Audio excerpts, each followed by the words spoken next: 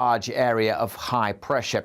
Notice there is this weather front draped across the far north, been bringing cloud and some outbreaks of rain over the Northern Isles, the Western Isles and northern parts of the Highlands today. That's going to continue overnight. We'll see a bit more rain pepping up through the early hours here. But elsewhere, a cracking summer's evening and a fine and clear night to come.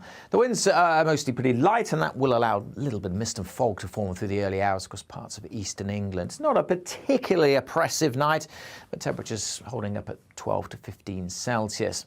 A warm and sunny day to come then on Tuesday. Any early morning mist and fog will disappear very rapidly. We will still have a lot of cloud across the Highlands, the Western Isles and the Northern Isles, but it should be easing off the rain at least, maybe lingering in Shetland into the afternoon. But for most it is going to be dry and central, southern Scotland, Northern Ireland, England and Wales. Blue skies and temperatures getting into the mid or even high 20s and perhaps even 30 Celsius across the southeast.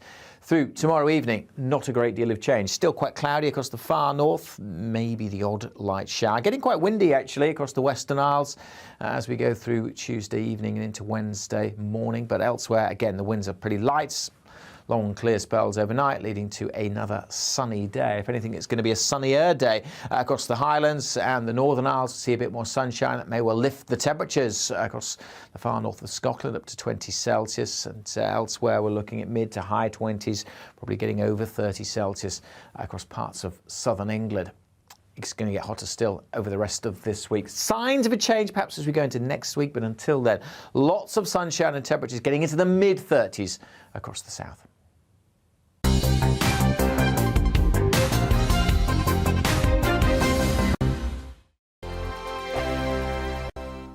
We are GB News. We're right across this great nation. On TV. On radio. On digital. Absolutely everywhere. We don't talk down to you. We embrace all voices with honest and civilised conversation. We are not part of the establishment. We're one of you. And we're only getting started. Join us on GB News, The People's Channel. Britain's news channel.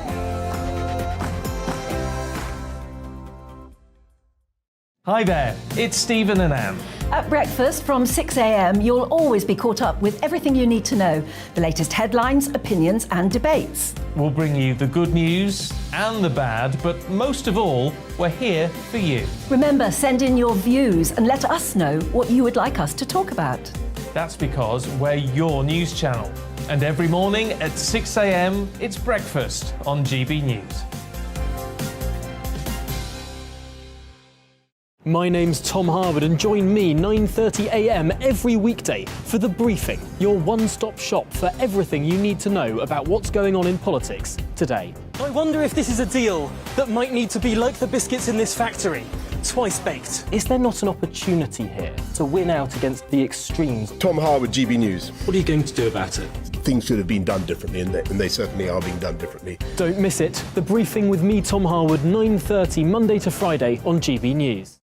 Where would you like to go? Just take me to the studio, please, mate. You know where you're going. I've got a show to do. Friday Night Feast on GB News, 7 p.m. And it's like nothing you've ever seen before. We take a different angle on the week's biggest news stories. The viewers and listeners set me some absolutely mad challenges to do. We tried to rehome a rescue dog. And yes, there's some other wacky stuff in there as well. I feel like I could take on the world.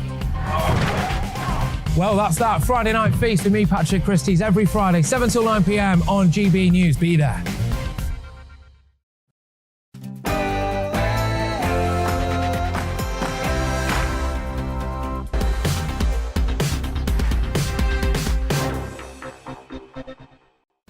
Hi there and welcome to Brazier. Some fast-paced news from 4 until 6. Coming up for you in the next hour, the number of migrants who've crossed the English Channel on those small boats, is past 18,000 this year, with almost 700 crossing in a single day last week. But it seems as though perhaps finally French police are taking some action on their shoreline, puncturing some of the dinghies. Mark White will have the details for you in a couple of minutes. Also this hour, the Countryside Alliance has accused the BBC of misrepresenting the lives of people living in rural communities in the UK. The Chief Executive of the Countryside Alliance will join me after 4:30. And we'll introduce you to Speaker's Corner, our new feature where we give today's studio guest 2 minutes to speak about a story they are passionate about. We'll be ruthless about the timekeeping. Today, the turn of senior GB News contributor Tim Montgomery, who will also be with me until 6 o'clock today. But first, the latest news headlines with Polly.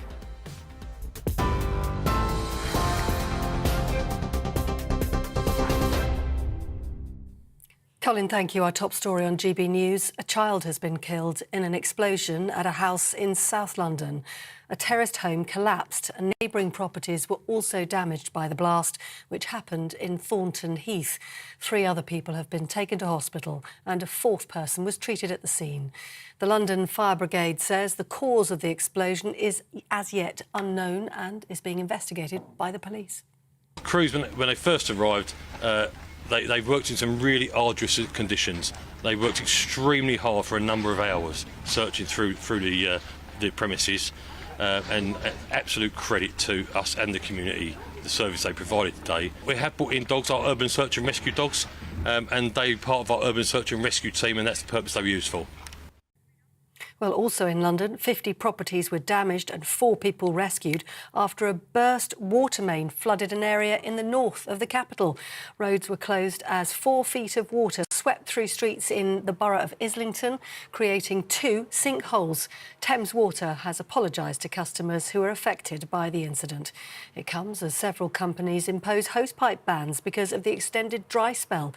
The Met Office is forecasting another heat wave this week with no rain in sight. Politics and Downing Street has rejected a call by the former Prime Minister Gordon Brown to hold an emergency COBRA meeting to address the cost of living crisis. Boris Johnson's spokesman says he'll speak to the Chancellor to ensure planned support measures remain on track. How to manage the crisis has been at the centre of the leadership race. Liz Truss wants immediate tax cuts and wants an emergency budget next month so the national insurance hike can be scrapped.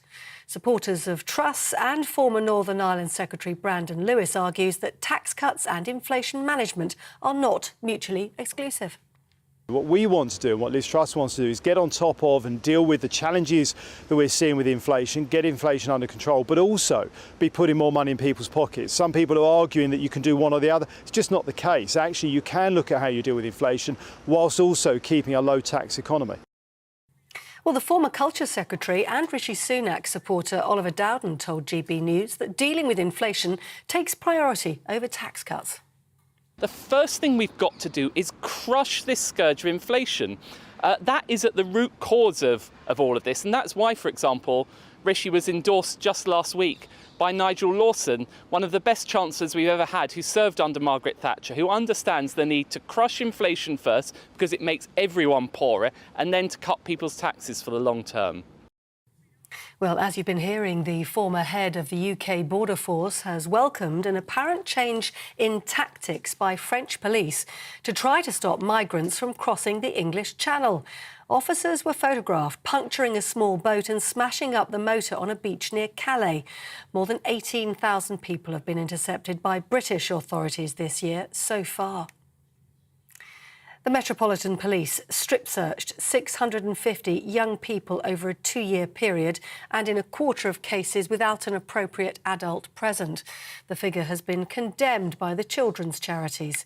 The Children's Commissioner asked for the information after a 15-year-old schoolgirl was strip-searched after being wrongly suspected of carrying cannabis. Scotland Yard data shows hundreds of cases between 2018 and 2020.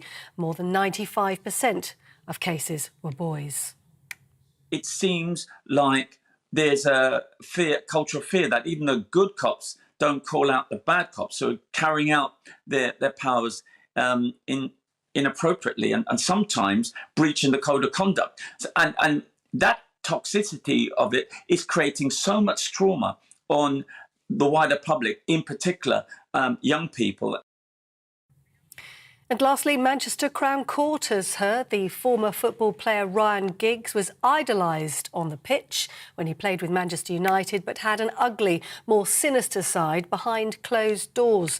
The former player's on trial accused of assaulting and controlling his ex-girlfriend. The 48-year-old allegedly used controlling and coercive behaviour against Kate Greville between August 2017 and November 2020. He's also charged with assaulting her and her younger sister Emma Greville. He's pleaded not guilty to all charges. You're up to date on GB News. More news as it happens. Now back to Brazier.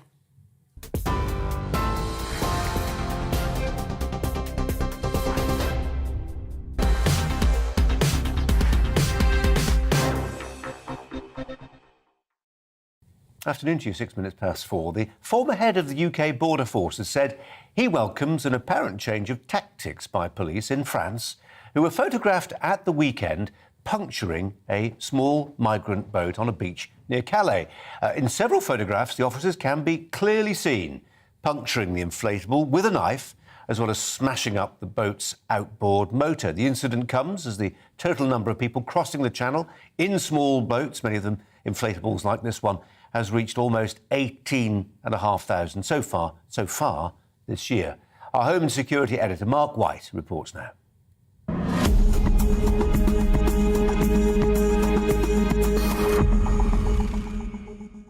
At first light, the Border Force vessel Typhoon arrives into Dover Harbour with the latest batch of those pulled off small boats in the English Channel. It follows a weekend in which the total number who've crossed in small boats so far this year has now topped 18,000.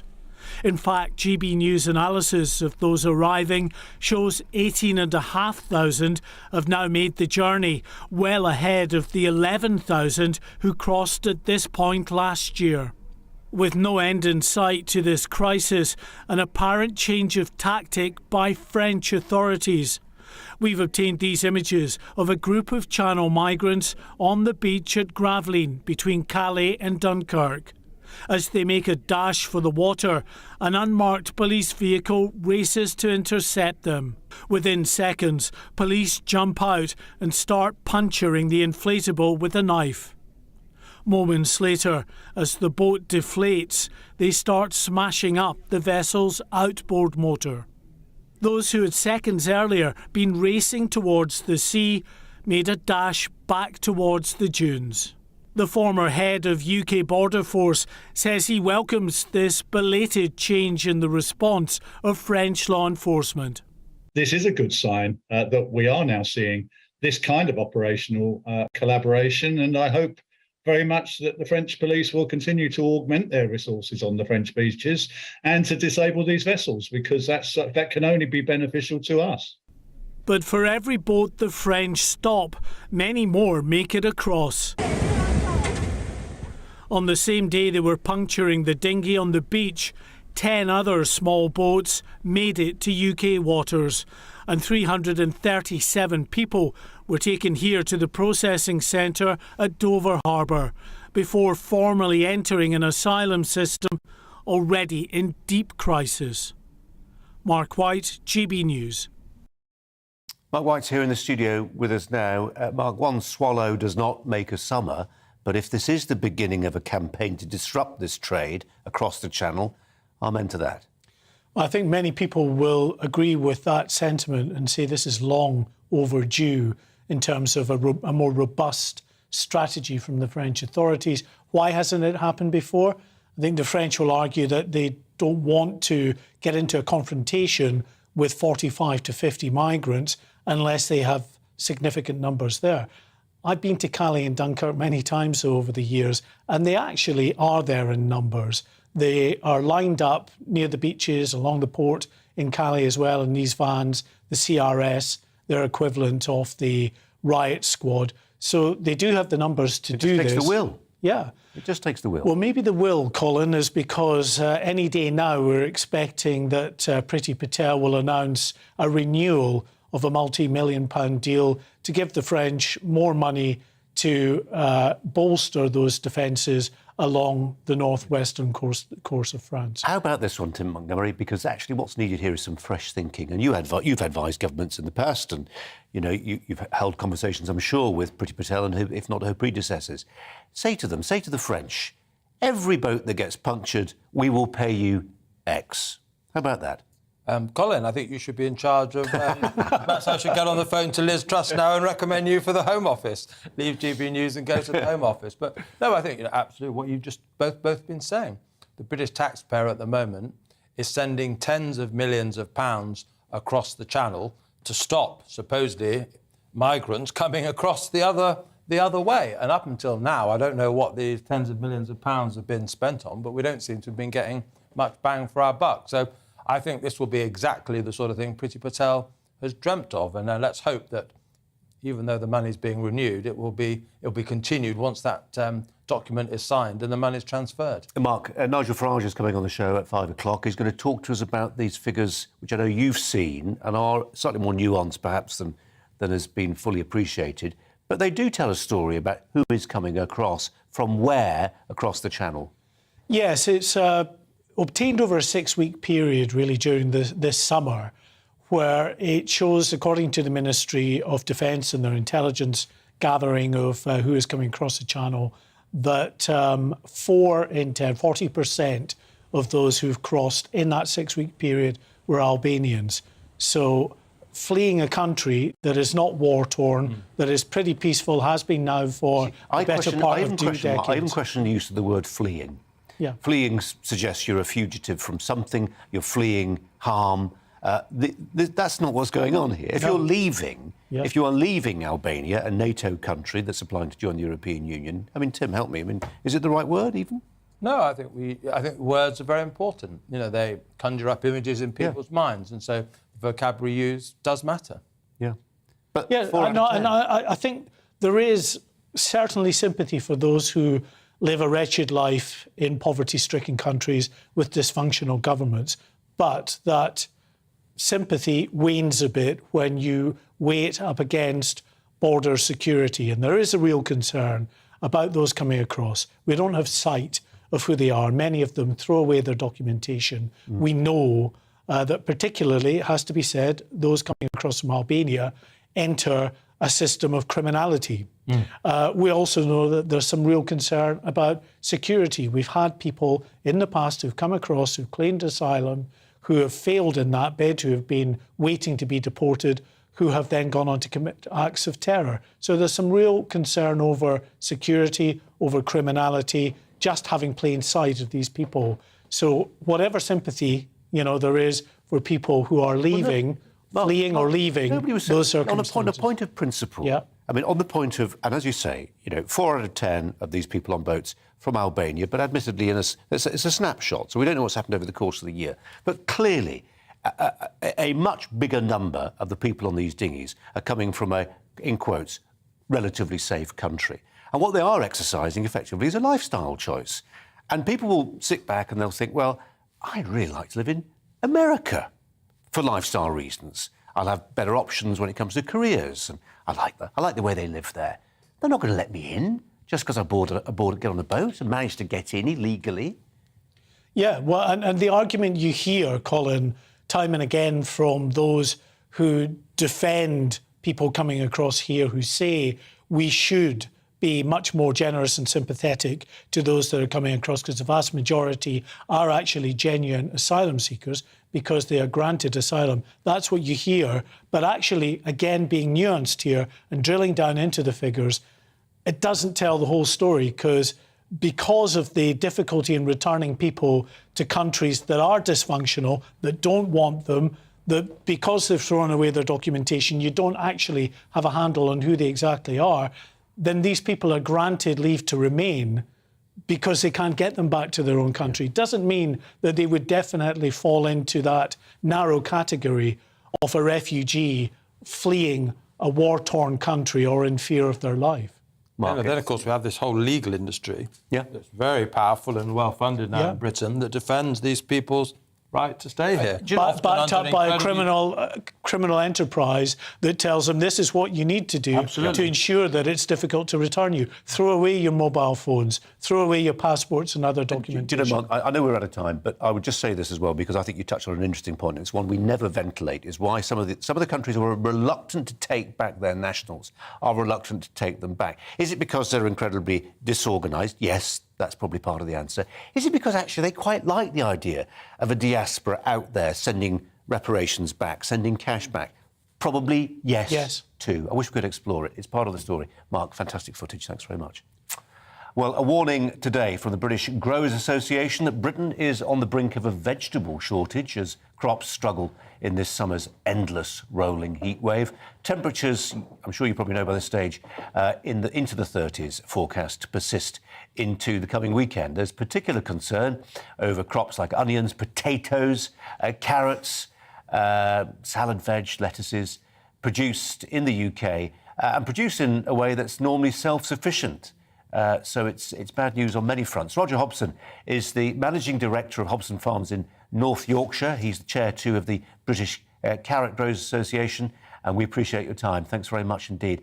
I was looking at a YouTube video broadcast by a well-known farmer called Harry Metcalfe only yesterday. You may be familiar with what he does. And he was saying in his 30 years of farming, he has never seen his ground so dry. What are you seeing? Yeah, we had a bad one in 2018 as well, Colin. But it's certainly on that par. 2018 was as bad as I've known in my 35-year farming career. And yeah, it's up there with it. So if it's not the worst, it's the second worst, yeah. Which crops, Roger, are suffering most of all? As you say, it's the vegetables. It's the root veg in particular. Potatoes, carrots, onions. We ourselves are carrot farmers. We grow cereals as well, but we are carrot farmers. And the carrot, Britain's a perfect place to grow carrots. You know, it just loves a typical British summer, 18 to 22 degrees, plenty of rain. That's what a carrot likes. Anything over 25 degrees and it wilts and goes backwards and gets smaller. And this year, you know, we've seen 40, you know, record temperatures. The crop's on its knees. It's not growing. If anything, it's getting smaller. It's extreme. Yeah. Be a farmer, Roger. We were just looking as you were talking. We were just looking at some pictures of potatoes coming off, being harvested and coming off the runners there. And often the problem you've got with potatoes, I understand, is that it's waterlogged fields that tend to be the problem more for the potato harvest, isn't it? And blight. Here in Yorkshire. Yeah. Yeah, yeah. So this is the extreme the other way, and you know, as you rightly pointed out, the UK is now 97% self-sufficient in carrots. You know, root veg is a great success story for the UK, and I think myself and my colleagues in the industry are now starting to worry: is that a thing of the past? You know, with climate change and these extremely hot summers becoming more frequent. Maybe we're going to have to get into the wine industry or something, but it's bad news for British food. Well, you know, bad news is something my tribe trade in a little bit, Roger, and sad to say, because it is daft, really, but I've got a funny feeling, and you probably have too, that the only time this will really, as a story, come onto the media's radar is when we start seeing headlines saying, you know, no carrots for the Christmas table. You know, imagine Christmas without Kevin the carrot. You know, we look forward to it now, and you know, carrots is the nation's favourite veg. I'm going to say that I grow it, but you know, it's the same with the brassicas. They're all going to be in short supply, and my colleagues that grow in Europe tell me that the weather over in Europe is even worse. So normally, if there's a crop problem in England, we can just import some from Europe. That's not going to happen this year, so I'm not quite sure what the answer is, Colin. Just in a word, if it rains and rains heavily from next week, say, will be okay? That will repair a lot of the damage. Just to quantify it, where we are carrot-wise, I think plantings are down about 15% anyway, which was a poor point. But that's economics that have driven that. It's unattractive now to grow veg. But now on top of this, the potential is that crop yields could be down another 30% on top of it. We'd pull back at least half of that if it poured down with rain, but my forecast doesn't show it. Well, we pray for rain. Roger Hobson, nice of you to join us today. Really appreciate it. Thanks ever so much. Tim Montgomery alongside you. Part of the problem's not necessarily for the carrot and potato growers, but for the guys, the arable crop farmers at the moment. They've had a great harvest. It's lovely and dry. Get the wheat and the barley in and stuff. But what they can't do, because the ground is so parched, is plant anything? I think there was a radio programme I was listening to this morning. It might have even been the Today programme, if I'm allowed to mention a rival. Yeah. And we're just hearing the noise. I think Nick Robinson was talking to a farmer, and just it sounded like it was so brittle. And so, yes, the idea of planting anything in land quite as dry is impossible. And farmers have had low prices for a very long time. And the hope, of course, was that, you know, not many benefits were supposed to flow from the terrible war in Ukraine, but farm prices were supposed to go up a little bit, which would have helped our rural economies. But actually, for all the reasons that we've just been discussing, bad luck has come again for the farming community. Who'd be a farmer? Tim, thanks very much indeed. Coming up, more than 90% of NHS dentists are refusing to take on new patients, with some practices making patients wait more than a year. Fear some people, it's a headline you've heard of before, but it's still going on, are turning to DIY dentistry. Such is their desperation. Back in a minute.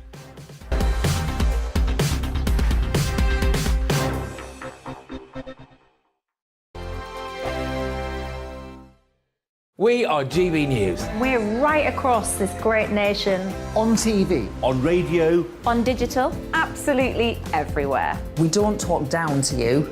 We embrace all voices with honest and civilised conversation. We are not part of the establishment. We're one of you. And we're only getting started. Join us on GB News, The People's Channel. Britain's news channel.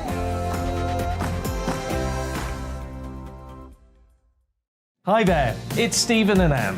At breakfast from 6 a.m, you'll always be caught up with everything you need to know, the latest headlines, opinions and debates. We'll bring you the good news and the bad, but most of all, we're here for you. Remember, send in your views and let us know what you would like us to talk about. That's because we're your news channel. And every morning at 6 a.m, it's breakfast on GB News. My name's Tom Harwood, and join me 9:30 a.m. every weekday for The Briefing, your one-stop shop for everything you need to know about what's going on in politics today. I wonder if this is a deal that might need to be like the biscuits in this factory, twice baked. Is there not an opportunity here to win out against the extremes? Tom Harwood, GB News. What are you going to do about it? Things should have been done differently, and they certainly are being done differently. Don't miss it. The Briefing with me, Tom Harwood, 9:30 Monday to Friday on GB News. Where would you like to go? Just take me to the studio, please, Matt. You know where you're going. I've got a show to do. Friday Night Feast on GB News, 7 p.m. And it's like nothing you've ever seen before. We take a different angle on the week's biggest news stories. The viewers and listeners set me some absolutely mad challenges to do. We tried to rehome a rescue dog. And yes, there's some other wacky stuff in there as well. I feel like I could take on the world. Well, that's that. Friday Night Feast with me, Patrick Christie's, every Friday, 7 till 9 p.m. on GB News. Be there.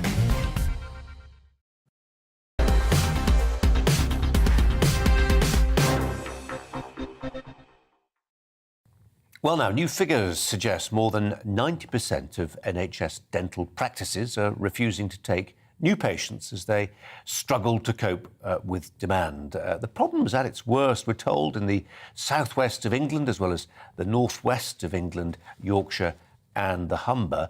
The British Dental Association has blamed the current NHS contract with practices. So, in other words, the contract between the taxpayer and the people at the sharp end, which it says barley funds, or barely funds, I think is perhaps a better word. Barley funds, tuning into the previous agricultural discussion, barley funds care for half the population. There are fears some patients are turning to DIY dentistry, such as their level of angst. Joining us now, the dentist, Rona Iskander. Rona, welcome to you. We've done DIY dentistry stories before. This is something of a, if I can pursue a metaphor, a hardy perennial. It doesn't go away as a problem. What is the scale of that problem right now, though, do you think? So I think it's massively increased, and particularly during the pandemic, because there was such a backlog of patients that weren't being seen. So, for example, we were shut down for about 3 months, the first 3 months of the pandemic after national lockdown. And because of that, people were resorting to pulling out their own teeth. However, the problem continued because when dentists actually opened up, what had happened is that people that were having regular checkups were no longer coming in for their regular checkups. And so diseases that were once reversible, such as decay, became irreversible and turned into things like root canals or extractions, which then led to people pulling out their own teeth. And because dentists are not seeing these patients already after the backlog, these diseases are getting worse. In fact, actually, there has been studies to show that about 2,000 dentists have also left the profession since the pandemic and in the last year. So it really shows that this is not just a problem of backlog, but also there just simply isn't enough dentists able to treat the diseases that are required. Rona, just that interesting point you make about people, it sounds the way you described it, almost falling out of the habit. So hitherto people who were, organised, they'd got the date in the diary, must see dentist again 6 months from now. But because of the way that lockdown in particular during COVID broke so many habits, regular habits, and that regular habit, and that's what it is, checking in with your dentist, faded from view, they got out of the habit. Yeah, they got out of the habit of going in, but I think ultimately as well, there's definitely an element of desperation. I don't know if you've ever had toothache, but it's one of the most excruciating pains, and people just could not cope anymore. And I think that this problem is going to stay around for a long time. You already read the statistics from the British Dental Association. And the problem really is as well is that so many dentists left the profession, as mentioned. There isn't enough staff as well. And a lot of practices are burdened with the NHS contracts at the moment that are putting immense amount of pressure for them to reach targets. Furthermore, the smaller practices that don't have the resources are really struggling in comparison to the more corporate practices as well. So really, it's become kind of this issue that's encompassing lots of different things. Rona, why the dentistry labour shortage? I mean, is it the case that people who did practice, did NHS work, have gone into, you mentioned that some of the private practices, which are presumably better paid. Is there a sort of cohort moving through, or all retiring around about the same time? Not training enough? I mean, I would have thought the money was there to attract people into it. Do we need to lower the level of qualifications required? Think radically. So I think that's some interesting points that you raise. First of all, a lot of people were leaving the profession because of the stress. So as I had mentioned, because of COVID, when they were coming back to work, what was happening was the restrictions that were imposed on dentists were extremely stressful. We had to deal with something called fallow time, which was airing out the surgery between patients, which reduced the number of patients that you could see. We had to work in really heavy duty PPE, much more than we ever have done before, inability to breathe. But that's all over now, Rona. But Rona, that's all over now. Yes, no, absolutely. But a lot of dentists left the profession at that time. Yeah. So we had a lot leaving for that reason. Then you had a lot that were dealing with stress. So, for example, with the stress levels, they felt that they just couldn't cope with the amount of patients that needed to be seen. They had a lot of pressure with these contracts and so forth. And in answer to your question, there has been a problem with funding. Dental schools are actually not taking in enough students to train them. Now, this is a problem that has been recognised. You've got different faculties that are trying to kind of talk to the General Dental Council, to the government and so forth, and convince them we need to take on more dentists, we need more of the funding for the training, because simply the public needs it. Yeah. Not charging students, what is it, £9,250 a year in tuition costs might be a way of getting more of them to sign up, might it? Rona Iskander, really fascinating insight into what's happening in dentistry. I really appreciate your time. Thanks a lot. Tim Montgomery alongside me. I could hear you.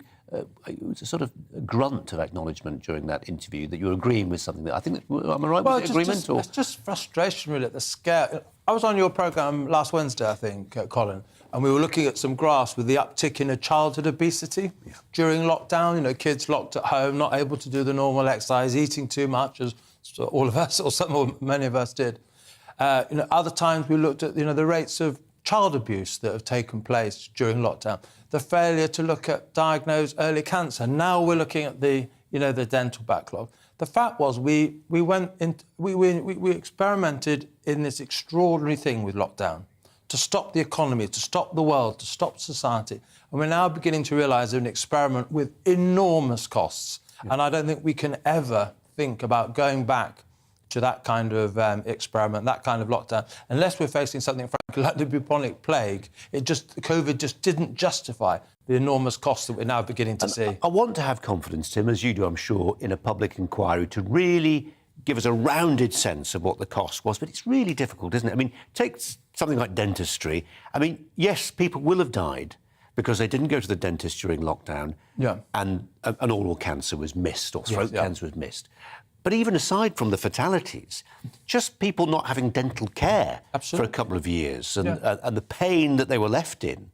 It's hard to put in that. You put a figure on it, you know. Because, if you really do, your correspondent was right. If you have dental pain, toothache is awful. You can't think about anything else. It's connected with mental health. It'll mean people have missed job interviews or, important social occasions. The social and economic and mental cost of all of these things is huge. And I wonder whether the inquiry, which is going to look about was enough done to stop COVID, is in a way the right question. In a way, the right question is, was the way we tried to fight COVID the right way because of fundamental others? Simpler than that, Tim. The question for the public inquiry should be, did lockdown work?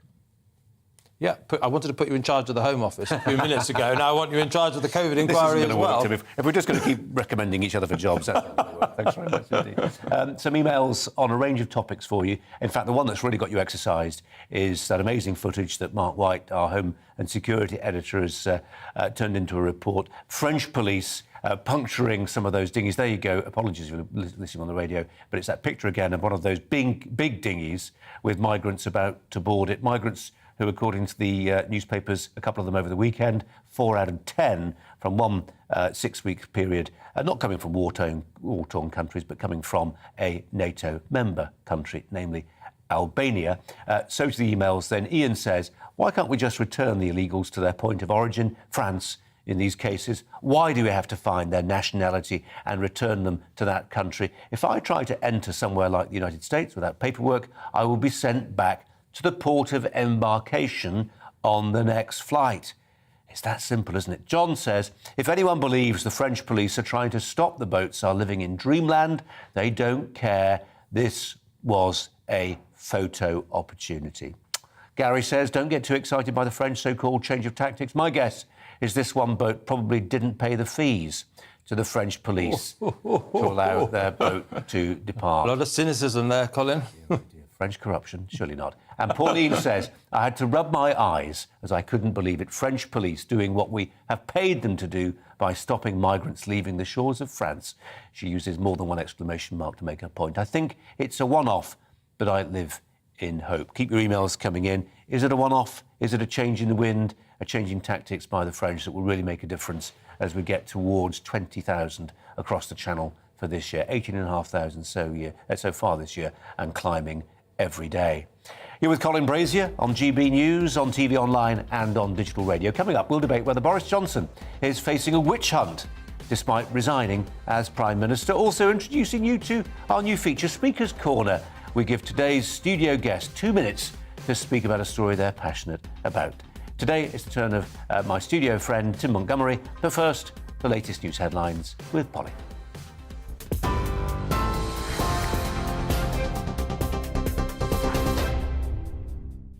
Colin, thank you. The headlines. The Met Police says a child killed in an explosion at a house in South London is believed to be a 4-year-old girl.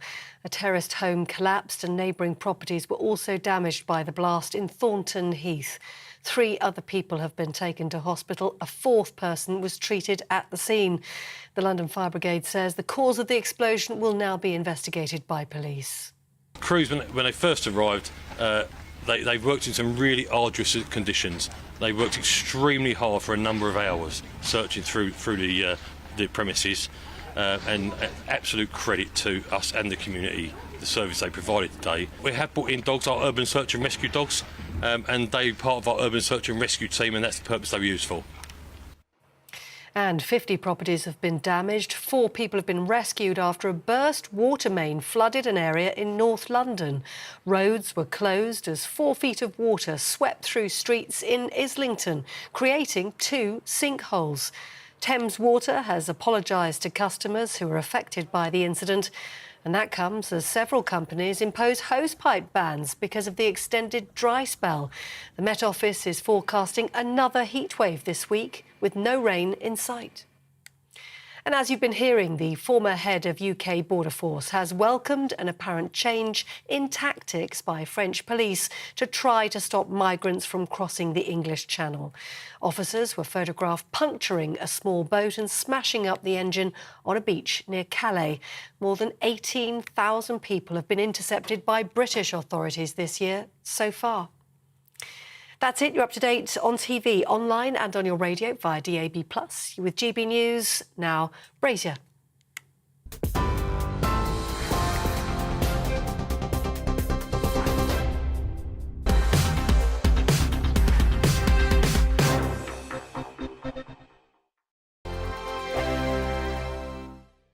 We are GB News. We're right across this great nation. On TV. On radio. On digital. Absolutely everywhere. We don't talk down to you. We embrace all voices with honest and civilised conversation. We are not part of the establishment. We're one of you. And we're only getting started. Join us on GB News, The People's Channel. Britain's news channel.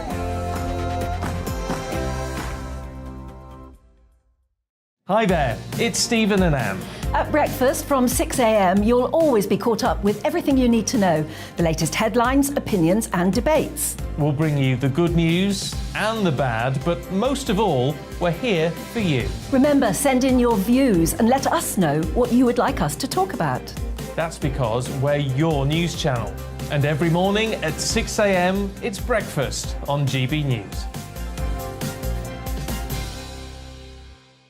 My name's Tom Harwood and join me 9:30 a.m. every weekday for The Briefing, your one-stop shop for everything you need to know about what's going on in politics today. I wonder if this is a deal that might need to be like the biscuits in this factory, twice baked. Is there not an opportunity here to win out against the extremes? Tom Harwood, GB News. What are you going to do about it? Things should have been done differently, and they certainly are being done differently. Don't miss it. The Briefing with me, Tom Harwood, 9:30 Monday to Friday on GB News.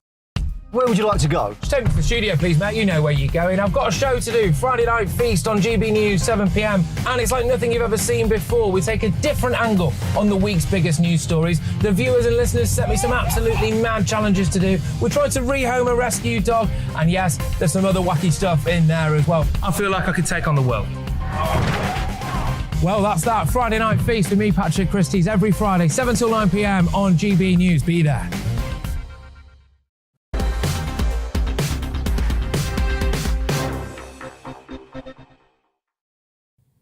Absolute deluge of emails on the subject of French police puncturing some of those dinghies on the beaches of northern France and what that might mean for the trade in people who've been coming across. 18,500 people across the channel this year alone. Stories over the weekend suggesting that 4 out of 10 of those on board the boats are from a NATO member state, namely Albania, in a 6-week period. More on that, and we'll take you through some of those emails. Meantime, it's time for a new feature this afternoon, Speaker's Corner, part of the show where we let our studio guests get their views off their chest about a topic they are passionate about. Today, it's the turn of senior GB News contributor Tim Montgomery, who's with me until 6 o'clock too. For the next 2 minutes, Tim, the show is yours. Thank you, Colin. Well, I want you to imagine two scenes. One, a scene of grey tower blocks, sirens wailing in the background, walls covered with graffiti. Perhaps some people's idea of hell. And then the other scene, a rural scene, tall green trees swaying gently in the breeze, lolly-legged lambs dancing in the fields surrounded by winding country lanes. Your vision, perhaps your idea of heaven. Well, last week, Rishi Sunak, the Tory leadership candidate and former Chancellor, got into a lot of trouble when he said in rather crass remarks that he had succeeded in taking money away from deprived urban areas and giving it to places like Tunbridge Wells. Now, he rightly got criticised for this. It certainly gave all the wrong impression about Tory values. But was there something underlying what he said that actually there is an awful lot of poverty in rural areas, if not Tunbridge Wells? Imagine if you do live in an isolated rural area and don't have a job. Well, you can be miles away from even travelling to a job or an interview. With the cost of petrol, we all know how expensive that can be. There's certainly little broadband in rural areas to allow you to work from home. And if you have a bus service at all, and that perhaps it's just once a day, you miss it, and the cost back home in forms of a taxi can be as big as your food bill. No bank, no post office is increasingly common in rural areas. No cottage hospital, and not even a cottage perhaps, or any other form of housing, because seasonal tourists come into your community, live there perhaps for only a few weeks, few months, and price you out of the rural economy. No school choice. You look at public services generally, and rural areas are not well served. Our rural communities are vital for farming. They're vital for tourism. They're vital for the protection of our environment. But in some of our greenest parts of our country, actually, it's not that pleasant to live. And perhaps we should think a little bit more about rural disadvantage.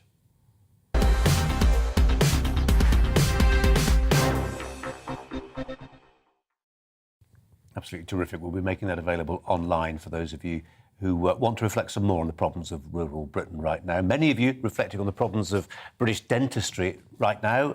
Jean says, the problem is trying to get hold of a dentist, has been going on for over 20 years and it's caused by dentists going private. They should work for the NHS for at least a decade after they qualify. Eileen says, let me get my violin. My goodness, many people are stressed but still work and are not earning the money dentists earn. My dentist told me dental schools are asking for silly entry requirements and are taking too many overseas students. Stephen says, I wonder if dentists are retiring or going private.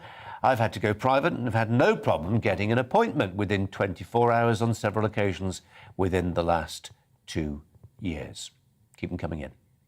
New poll by the Countryside Alliance says BBC programmes about the British countryside, which Tim Montgomery was just reflecting on a moment ago, programmes like The Archers, Springwatch and Countryfile do not accurately reflect realities of rural Britain. 90% of members surveyed said Springwatch and Autumn Watch were amongst the worst shows for representing rural issues, while 2/3 of respondents said that the licence fee ought to be scrapped entirely. Let's turn to the Chief Executive of the Countryside Alliance, and that is Tim Bonner.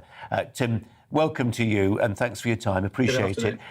There's a lot of disgruntlement with the depiction of the countryside in the countryside. Yeah, and Tim Montgomery's piece there absolutely explained why. We have great Sunday night programming, and let's be clear, there's not a problem with it. Countryfile, it's watched by millions of people, but it is essentially a chocolate box image of the countryside. It's light viewing for a Sunday night.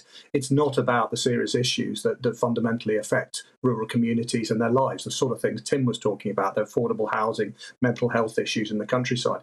These critical issues which are affecting people across the countryside every day. And the question is not, should there not be a Countryfile? Of course there should be. But what is the BBC doing to reflect the real lives of rural people, the real issues that are affecting them on a week-to-week, month-by-month basis? And we don't see our lives reflected on the BBC. That's it, frankly. And beyond that, there is a fundamental issue about the misrepresentation of many of the controversial issues, which we have to deal with as we manage the countryside. Tim, let's conduct a little thought experiment, and let's do what they do every Christmas on Radio 4's Today programme. They hold a guest editor who gets to shift the dial and make the programme in their own image. If you were editing Countryfile for one episode, what would be in it? We would certainly not Chris be Packham. Exploring.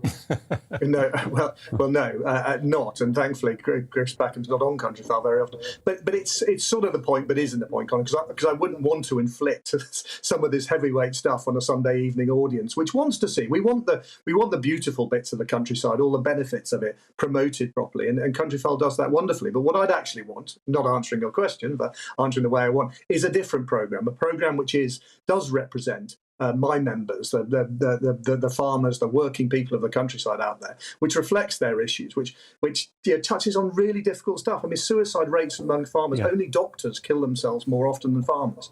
These are serious issues. We've got huge problems with affordable housing across large areas of the countryside, made even worse, sadly, by the pandemic and the flight from the cities for people who are looking to come and live in the countryside. Well, how can you make a living? Tim, just on that point, you use the word escapism, the chocolate box escapism. Is that not part of the problem here? It's not just people living in inner cities who are switching on Countryfile for a dose of that rural escapism. Actually, it's a lot of people who've moved to the countryside, but in so doing, they value, and they've got attitudes which are alien to many.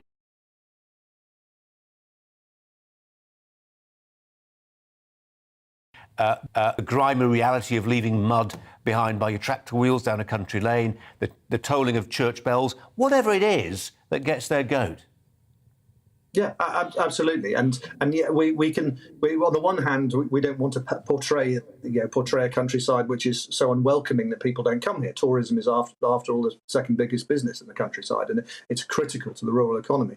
But on the other, we do have to be realistic, and that's why programs like, I think, Autumn Watch and Spring Watch particularly annoy a lot of people in the countryside, because they deny the reality of our lives on a day-to-day basis. It's this anthropomorphism. It's the idea that everything is happy and nothing ever dies, and there's probably old people's home for foxes, as you say.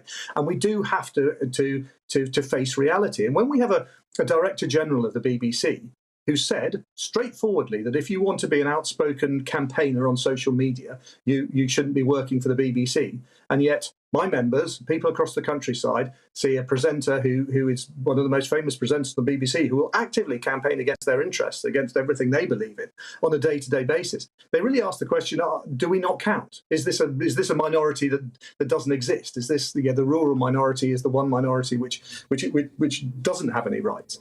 And it's I think it's a sad thing that the BBC's lost touch with the countryside in the way it has, and personally, having worked with BBC journalists and I hope done some really positive stuff over the years, it pains me that so many rural people are becoming so detached from our national broadcaster. Yeah, Tim, nobody cares what Chris Packham or people like him have to say about the countryside. Just don't make us pay a BBC licence fee on pain of criminalisation, because we can't show that we disagree with them in any other way than removing our patronage, and the BBC licence fee does not allow us to do that. That's a separate story. Tim, thanks for your story today in the survey. Thanks very much indeed. Tim Bonner there. Thank you. From the Countryside Alliance.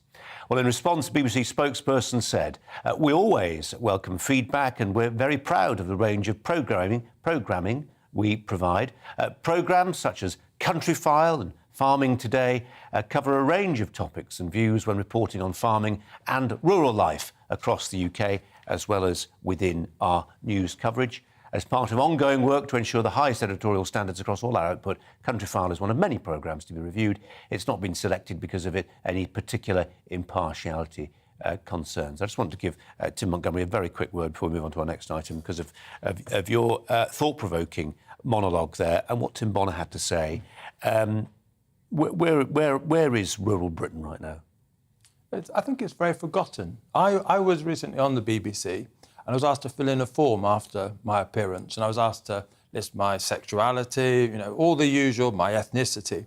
But you're never asked, for example, whether you go to church or a synagogue or a mosque. You're not asked whether you have kids. You're not asked whether you come from a rural community or an urban community. There's a certain diversity, not unimportant, that the BBC and other mainstream broadcasters are obsessed with, but actually they miss out a whole range of other things, including people perhaps rooted in rural communities who, if they're in the newsrooms, would be saying, you've forgotten this angle or that angle. And I think the new diversity that's true of a lot of media organisations is perhaps a different diversity that tackles some of the old problems, but still doesn't really scratch the surface of many of the challenges our communities face. Diversity of thinking. Come on, that's what we need, Tim, isn't it? Thanks very much indeed. Time for our debate this hour. Culture Secretary Nadine Dorries has branded an inquiry into whether Boris Johnson misled Parliament a witch hunt and an abuse of power. Despite the PM already resigning, the Commons Privileges Committee, which is made up of 7 MPs, is investigating whether Mr Johnson committed contempt of Parliament by misleading MPs with his Partygate denials. We're asking, therefore, is Boris Johnson, now out of office or soon to be out of office, facing an ongoing witch hunt? We're joined here in the studio to argue one side of the argument by Tim Montgomery, who I think I'm right in saying used to advise Boris Johnson. He's going to nod. Yes, he did. And Nigel Nelson, political editor at the Sunday Mirror and Sunday People. Nigel, we'll start with you. Witch hunt, yay or nay? Nay. And it'd be rather like somebody robbing their company, and the police then saying, "Oh well, we won't continue with the prosecution on the basis they've lost their job." Not a witch hunt. That telling the truth to Parliament is the cornerstone of parliamentary democracy. The Privileges Committee are there to uphold that, and that's why this inquiry should go ahead. Tim Montgomery, is there a witch hunt against Boris Johnson? Well, look, if someone has done something wrong, I think, of course, they must be held to account for it. And I've been actually, since I was an advisor a long time ago, Colin, to Boris Johnson, I've been quite a fierce critic of him and have fallen out with some people because of it, who thinks I've judged him too harshly. But what I'm worried about, and why I have some sympathy with what Nadine Dorries has said, is the people on this committee, a lot of them have been vocal critics of Boris Johnson in the past. There's a lot of partisanship here. And I'm just not entirely convinced that Boris Johnson will get a fair trial from some of these people. And so I'm not so angry or worried about him being held to account. I'm worried about him being held to account fairly. Nigel Nelson, this isn't just about the man and his rights or wrongs, is it? And I say that because partly of this tweet posted 17 hours ago by Andrew Adonis, well-known campaigner for the Remain cause. He tweets that the time is coming when I will feel confident in predicting an early referendum to reverse Brexit entirely and take us back into the EU, and that being the campaigning objective of the UK's pro-EU forces, they sound like some sort of paramilitary wing, he goes on to say the pain, horror and shame of the Brexit disaster, as he puts it, will by then be categoric. People like him know that if you take down Boris, you damage Brexit. I'm not sure that's true anyway. That certainly there's no indication from either Rishi Sunak or Liz Truss that they would do anything else other than what we're doing when it comes to Brexit. And this has got absolutely nothing whatsoever to do with Brexit anyway. That what we're talking about here is that we do know that Boris Johnson did not tell the truth to Parliament. He said back in December 21, when the Daily Mirror first raised the issue of the parties going on there. First of all, there were no parties, then no rules were broken. That is self-evidently not true. He's been fined for breaking the rules. So it's not the question of whether he misled Parliament. It's a question of whether or not there is a contempt of Parliament, how serious that contempt is, and whether there should be sanctions. And it applies to every single MP, not just the Prime Minister. Tim? Well, Boris Johnson clearly misled Parliament. Nigel is right to say that. But the question is whether he knowingly misled Parliament. That's what he should be censured for, if that was the case. And I think it's that balance of doubt, whether MPs on the committee who are very critical of him, from within the Conservative Party and without, will give him a reasonable trial. And I'm afraid the judgment of a lot of people, the fear of a lot of people, is that Boris Johnson won't get a fair trial. And that's why we're seeing this controversy. And Nigel, there will be people looking at the process saying at the end of the day, this isn't the Supreme Court that's making these judgments, it's party pre-politicians. Well, I mean, it's Parliament, which is the way it should be. I mean, this committee comprises 4 Conservative MPs, 2 Labour, 1 SNP. That is broadly the makeup of Parliament. Chris Bryant, the chairman, has recused himself from it because of statements he's made, just in case he was accused of bias, and he's been replaced by Harriet Harman, the mother of the House of Commons. Now, if anyone thinks she won't conduct an inquiry diligently and fairly, that is ridiculous, laughable, and incredibly insulting to her. Well, I'm one of those people, Nigel. I have huge admiration for Harriet Harman, but I also know that she's a pretty tribal Labour supporter. And I would worry that, just almost inadvertently, subconsciously, you have biases. And I'm not sure that she will give the current Prime Minister, the outgoing Prime Minister, a fair trial. And I don't think that's to cast huge aspersions on her character. It's just where she's coming from politically. I just don't think she'll give Boris Johnson the benefit of the doubt. Tim Montgomery, Nigel Nelson, we've got to call it to a halt right there. We may continue with this one some other time. Thanks very much indeed. Time for 5 to 5. We discuss 5 things that you might want to know about before 5 o'clock. At 5, swarms of wasps are set to spread across the nation. Britain's hot weather, you see, has created optimal breeding conditions for the insects. It's believed they'll become more vicious as they crave for sweet things to give them energy. Doctors have advised that if you're stung, try and pull out the stinger and remove the venom. At 4, there are calls for new legislation to limit the number of second homes in Cornwall. Up to 60% of properties, 60%, either second homes or holiday lets, and the Cornish say it's forcing them out of their communities. At 3, Surrey County Council to trial blanket speed limits of 20 and 30 miles per hour on country lanes between Guildford and Dorking. Do they exist between Guildford and Dorking? It's in a bid to tackle dangerous driving in rural areas on roads that would be traditionally see the national speed limit of 60 miles an hour.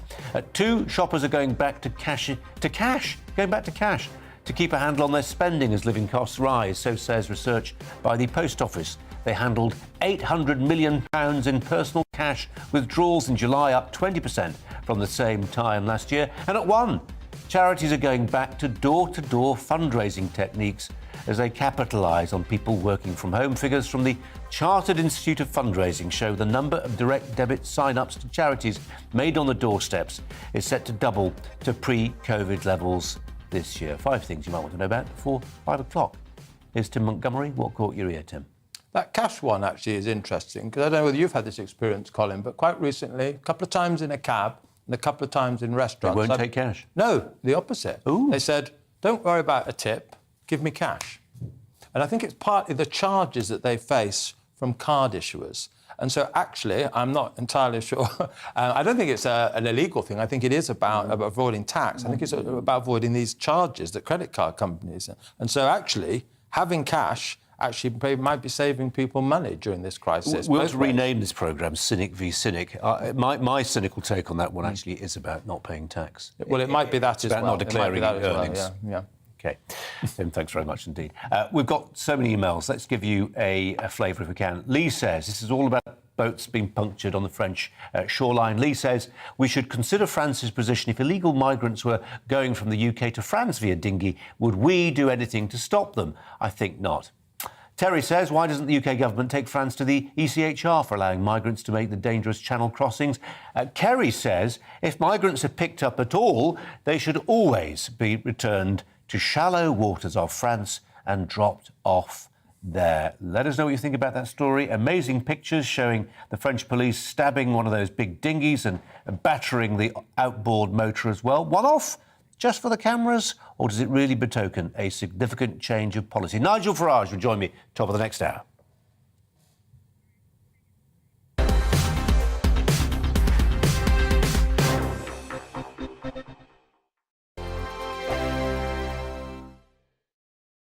We are GB News. We're right across this great nation. On TV. On radio. On digital. Absolutely everywhere. We don't talk down to you. We embrace all voices with honest and civilised conversation. We are not part of the establishment. We're one of you. And we're only getting started. Join us on GB News, The People's Channel. Britain's news channel.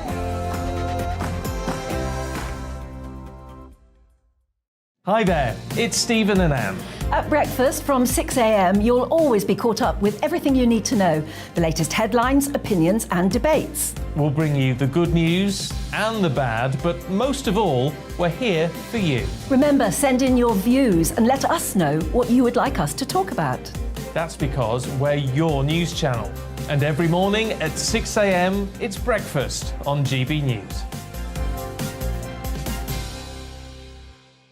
My name's Tom Harwood, and join me 9:30 a.m. every weekday for The Briefing, your one-stop shop for everything you need to know about what's going on in politics today. I wonder if this is a deal that might need to be like the biscuits in this factory, twice baked. Is there not an opportunity here to win out against the extremes? Tom Harwood, GB News. What are you going to do about it? Things should have been done differently, and they certainly are being done differently. Don't miss it. The Briefing with me, Tom Harwood, 9:30 Monday to Friday on GB News. Where would you like to go? Just take me to the studio, please, mate. You know where you're going. I've got a show to do. Friday Night Feast on GB News, 7 p.m. And it's like nothing you've ever seen before. We take a different angle on the week's biggest news stories. The viewers and listeners set me some absolutely mad challenges to do. We tried to rehome a rescue dog. And yes, there's some other wacky stuff in there as well. I feel like I could take on the world. Well, that's that. Friday Night Feast with me, Patrick Christie's, every Friday, 7 till 9 p.m. on GB News. Be there.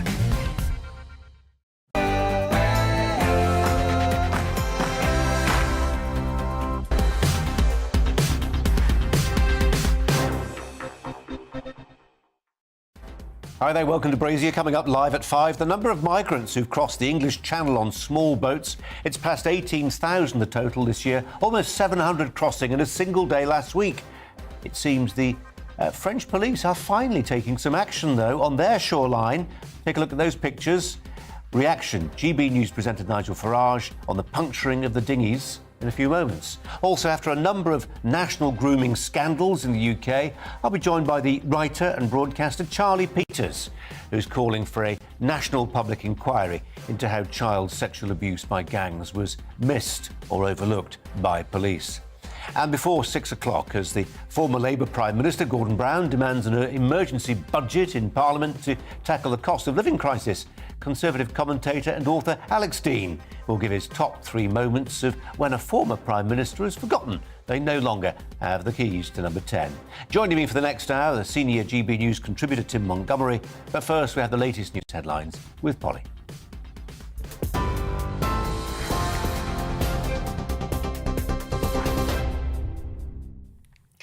Colin, thank you. The latest news on GB News at just after 5 o'clock. Merton Council in London says an incident where a child was killed when a house collapsed in the south of the city was the result of a gas explosion. The Metropolitan Police believes the victim was a 4-year-old girl. Neighbouring properties were also damaged by the blast, which happened in Thornton Heath. 3 other people have been taken to hospital and a 4th person was treated at the scene.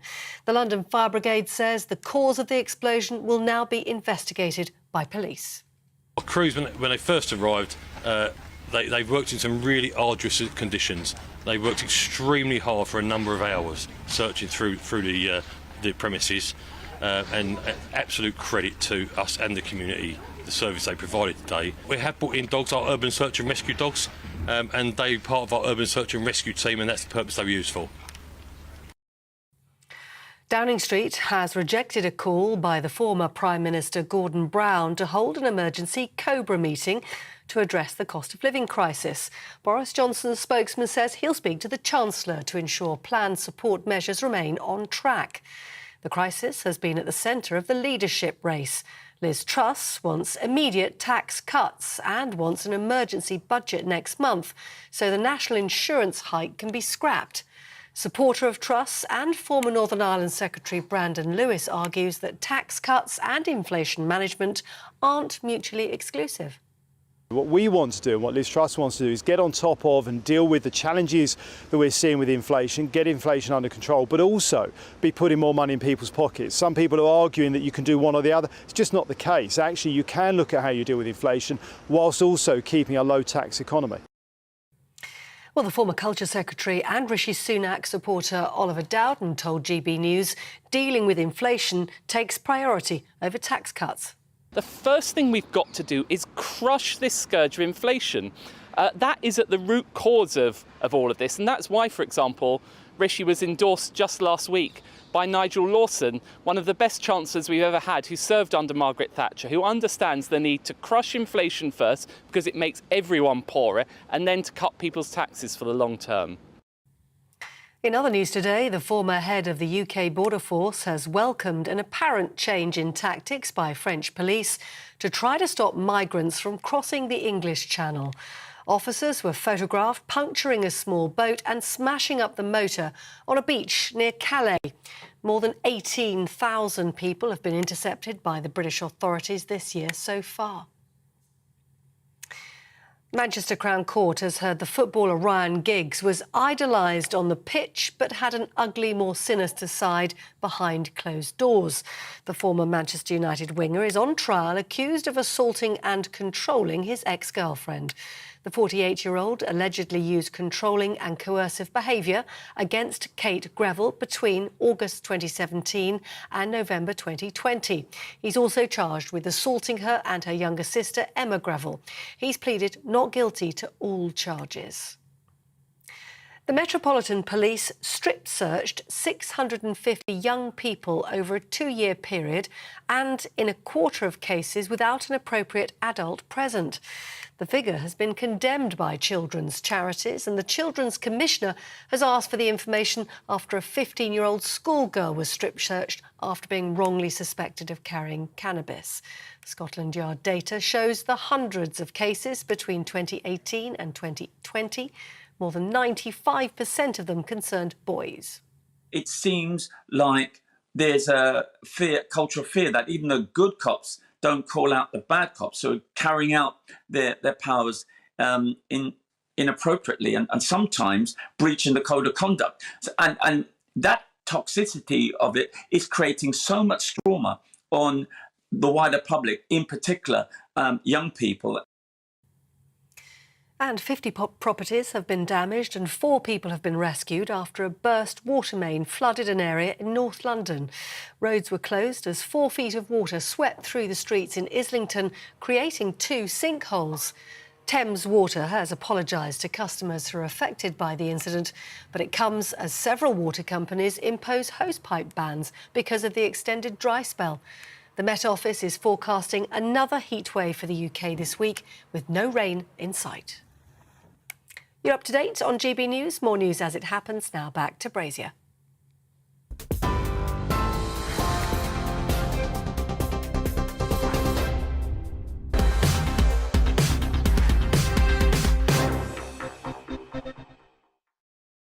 Hi there, welcome to you. I'm going to start with a story this evening that's generating a lot of interest. Many of you emailing in about it, and we'll share some of those emails in time. It's this: the former head of the UK Border Force has said he welcomes an apparent change of tactics by the police in France, who were photographed at the weekend puncturing a small migrant boat on a beach near Calais.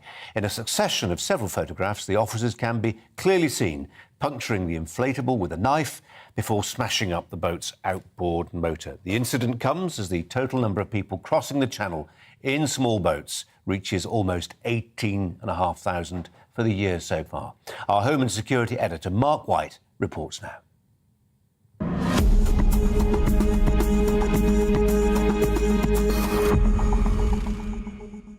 At first light, the Border Force vessel Typhoon arrives into Dover Harbour with the latest batch of those pulled off small boats in the English Channel. It follows a weekend in which the total number who've crossed in small boats so far this year has now topped 18,000. In fact, GB News analysis of those arriving shows 18,500 have now made the journey, well ahead of the 11,000 who crossed at this point last year. With no end in sight to this crisis, an apparent change of tactic by French authorities. We've obtained these images of a group of Channel migrants on the beach at Gravelines between Calais and Dunkirk. As they make a dash for the water, an unmarked police vehicle races to intercept them. Within seconds, police jump out and start puncturing the inflatable with a knife. Moments later, as the boat deflates, they start smashing up the vessel's outboard motor. Those who had seconds earlier been racing towards the sea made a dash back towards the dunes. The former head of UK Border Force says he welcomes this belated change in the response of French law enforcement.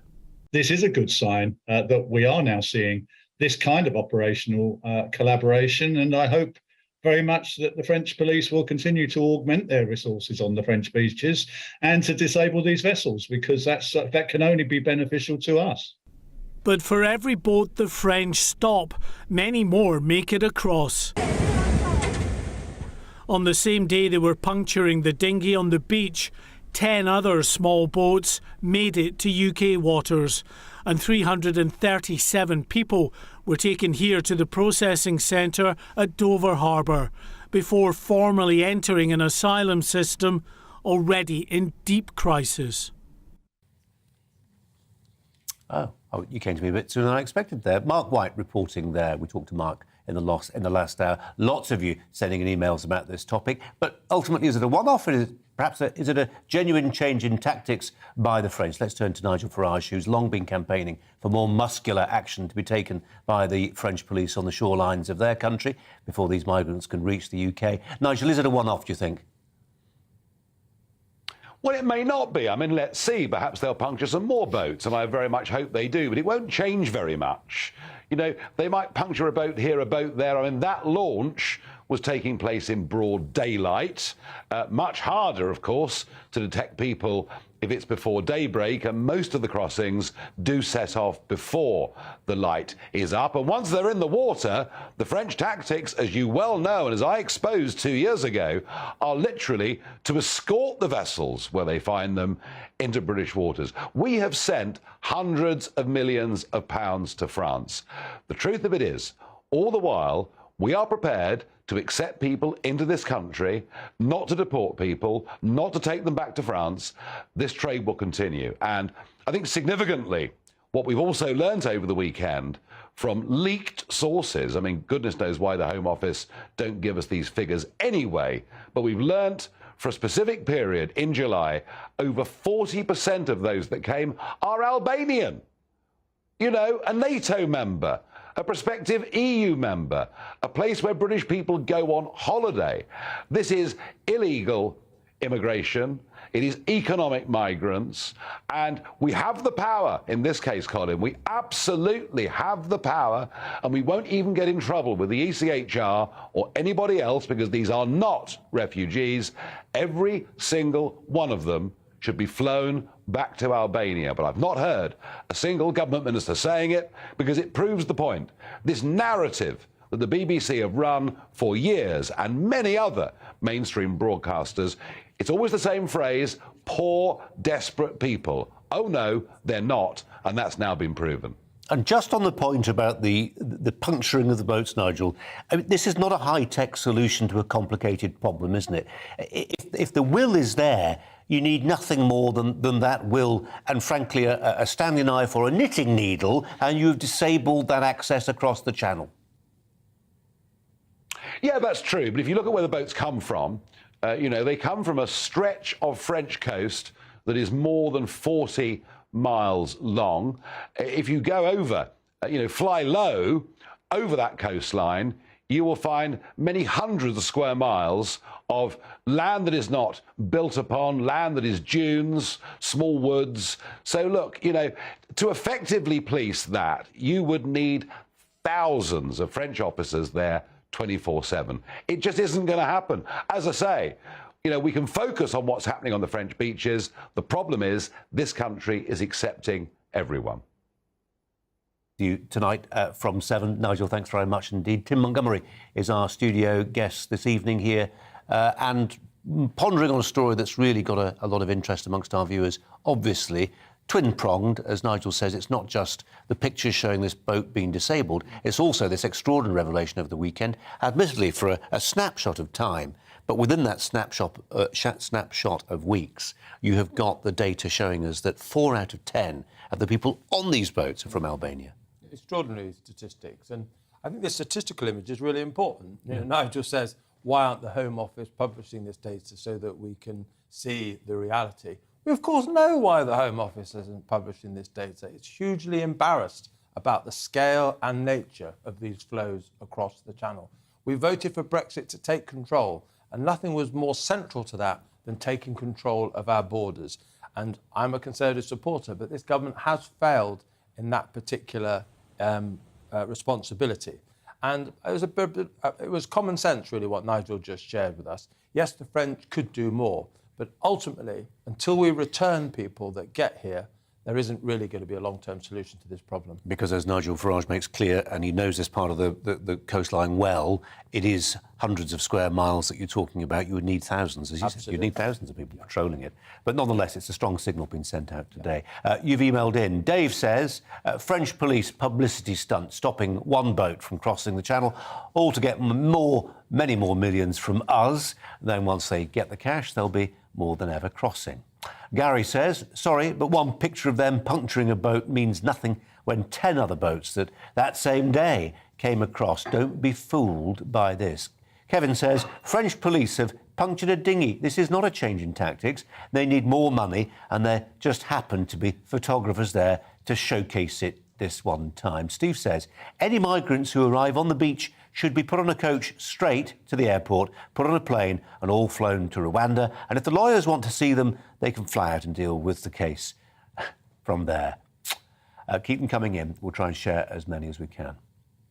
Rotherham, Rochdale and most recently in July, Telford have all been the subject of grooming gang scandals with systemic sexual abuse of children. This year will mark the 10th anniversary of the revelations into abuse in Rotherham, with an inquiry which revealed complacency to the perils facing young girls in the town. Well, the writer Charlie Peters is calling for a national public inquiry to deliver justice for victims of grooming. And Charlie joins me here in the studio. Thanks for what you're doing, and thanks for talking about it too. You're doing interviews with these poor girls who were persecuted and victimised systematically. Somebody tweeted after the most recent Telford inquiry a full list of the places affected. And I have to say, I'm sure I can't have been alone in being stunned, absolutely stunned, by how widespread this has been. I mean, there were literally, Charlie, scores, well, dozens of different towns and cities. Precisely. We've had a few reports into two towns. Rotherham, we had the KC inquiry and the J inquiry. We've had this report from Telford. But huge cities in England, Newcastle, big towns like Oxford, in Rochdale, of course. Yeah, other city, of course. So many big towns, dozens of them, as you've mentioned, where thousands of girls have been abused systematically and targeted, need this attention. They need the same level of rigour that Rotherham and Telford have received. Unfortunately, there's not been enough political pressure to achieve this. Any attempt to put the focus on this issue more broadly has been scuppered and pushed away. And so in my project, we're going to try and film in as many of these towns as possible, speak to the people who have suffered and speak to their families as well, and uncover some of the stones that have been left unturned. Do they want to talk, Charlie? They do. A lot of them, unfortunately, many of the problems we've had is that they want to speak anonymously because many of their abusers are going to be released from prison. It's shocking. Some of them have, they finally tasted justice after years of being ignored by the councils, by the police, by the government, by the media. When finally they got the attention they needed and they thought they were getting justice, small sentences were delivered, people weren't deported, and many of these people, often from Pakistani communities in Britain, received an enormous amount of security and comfort from the state. Tim, you've seen calls for public inquiries, I have too, for events that have happened in British public life which don't even register on the scale compared to this. I can only assume, and I'm sure Charlie does too, that the reason we haven't got a public inquiry into this national scandal is because it's just too bloody awkward. Too awkward for too many people who feel embarrassed about their failure to act, absolutely. And, there are so many conspiracy theories that exist in our country, and most of them are very, ill-based. But you can forgive people sometimes for thinking and believing conspiracy theories when injustices like this carry on again and again and again, time after time. And we do need to really understand why, people often have gone through a terrible experience because of the grooming gangs that Charlie is investigating, and actually then reporting it to the authorities in order to get it persecuted. It's almost like reliving it for them. Mm-hmm. Yeah. And then in return for that, then they still don't get proper justice. As it's a second great affront. So we really do need to understand not why these things happened in the first place, but why, when it's uncovered, there still isn't the action that the victims deserve. This is not entirely retrospective, by the way, Charlie, is it? I mean, the point about having an inquiry that you're pushing for is that you forestall it happening again. Yes, and we think it's still happening. And indeed, some of the survivors that we're speaking to and their families, they report harrowing stories of the fact that they're still being ignored and that they have friends and relatives who are suffering at the hands of these people. And when they've tried to intervene, they've been punished We're speaking to one woman now, grown woman, anonymously, unfortunately, because she has to protect her identity from perpetrators who are still in her town, who said that when her father tried to rescue her from the perils, he was arrested. He was arrested and her abusers escaped the attention of the state for years. Now, unfortunately, we do kind of know why this has happened. There is this nervousness around ethnicity, the nervousness around the disparity between the victims and the perpetrators. Which, of course, has been a recruiting sergeant for extremists. We get that. It has. And by ignoring this topic so much, you've allowed it to be, the media's allowed it to be taken over by extremists and kind of infamous voices, when it should be captured by decent justice, proper British justice that has escaped entirely in this space. Yeah. One thing I've noticed my tribe in covering this story and not covering it well, as far as I'm concerned, with one or two, three maybe honourable exceptions, is that there's been a determination to blame anybody else apart from the perpetrators. It's social services who cocked up. It's the police who didn't try hard enough. No, at the end of the day, men did this. Yes. Loads of them. Yes, plenty. But of course, there were still ginormous failures in the States when it came to actually drawing attention to the crimes that those men were committing. Now, one of the things we want to uncover in the documentary, and so far I think lots of people have failed to take note in the media, is that lots of the people who are involved in engaging with these crimes in Rotherham, in Telford and in other towns have not faced any serious repercussions. Many of them have been promoted elsewhere within the organisations they work.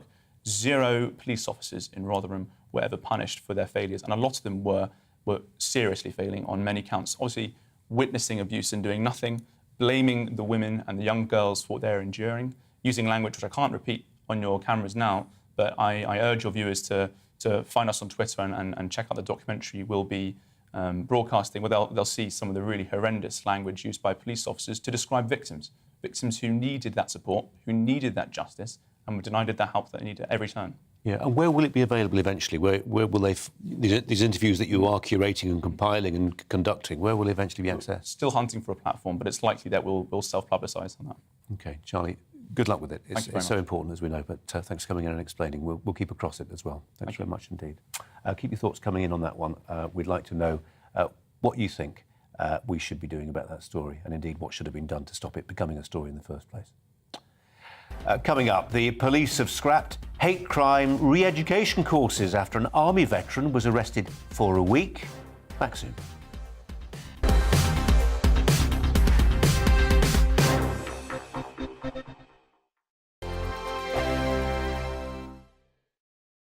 We are GB News. We're right across this great nation. On TV. On radio. On digital. Absolutely everywhere. We don't talk down to you. We embrace all voices with honest and civilised conversation. We are not part of the establishment. We're one of you. And we're only getting started. Join us on GB News, The People's Channel.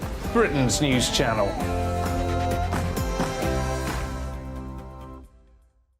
Hi there, it's Stephen and Anne.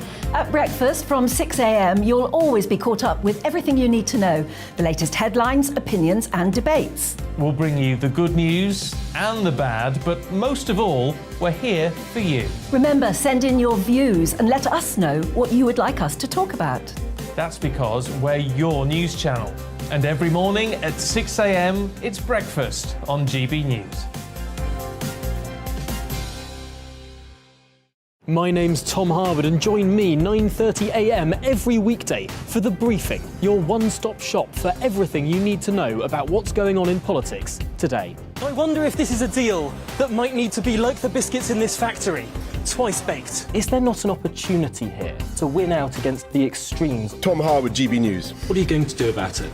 Things should have been done differently, and they certainly are being done differently. Don't miss it. The Briefing with me, Tom Harwood, 9:30 Monday to Friday on GB News.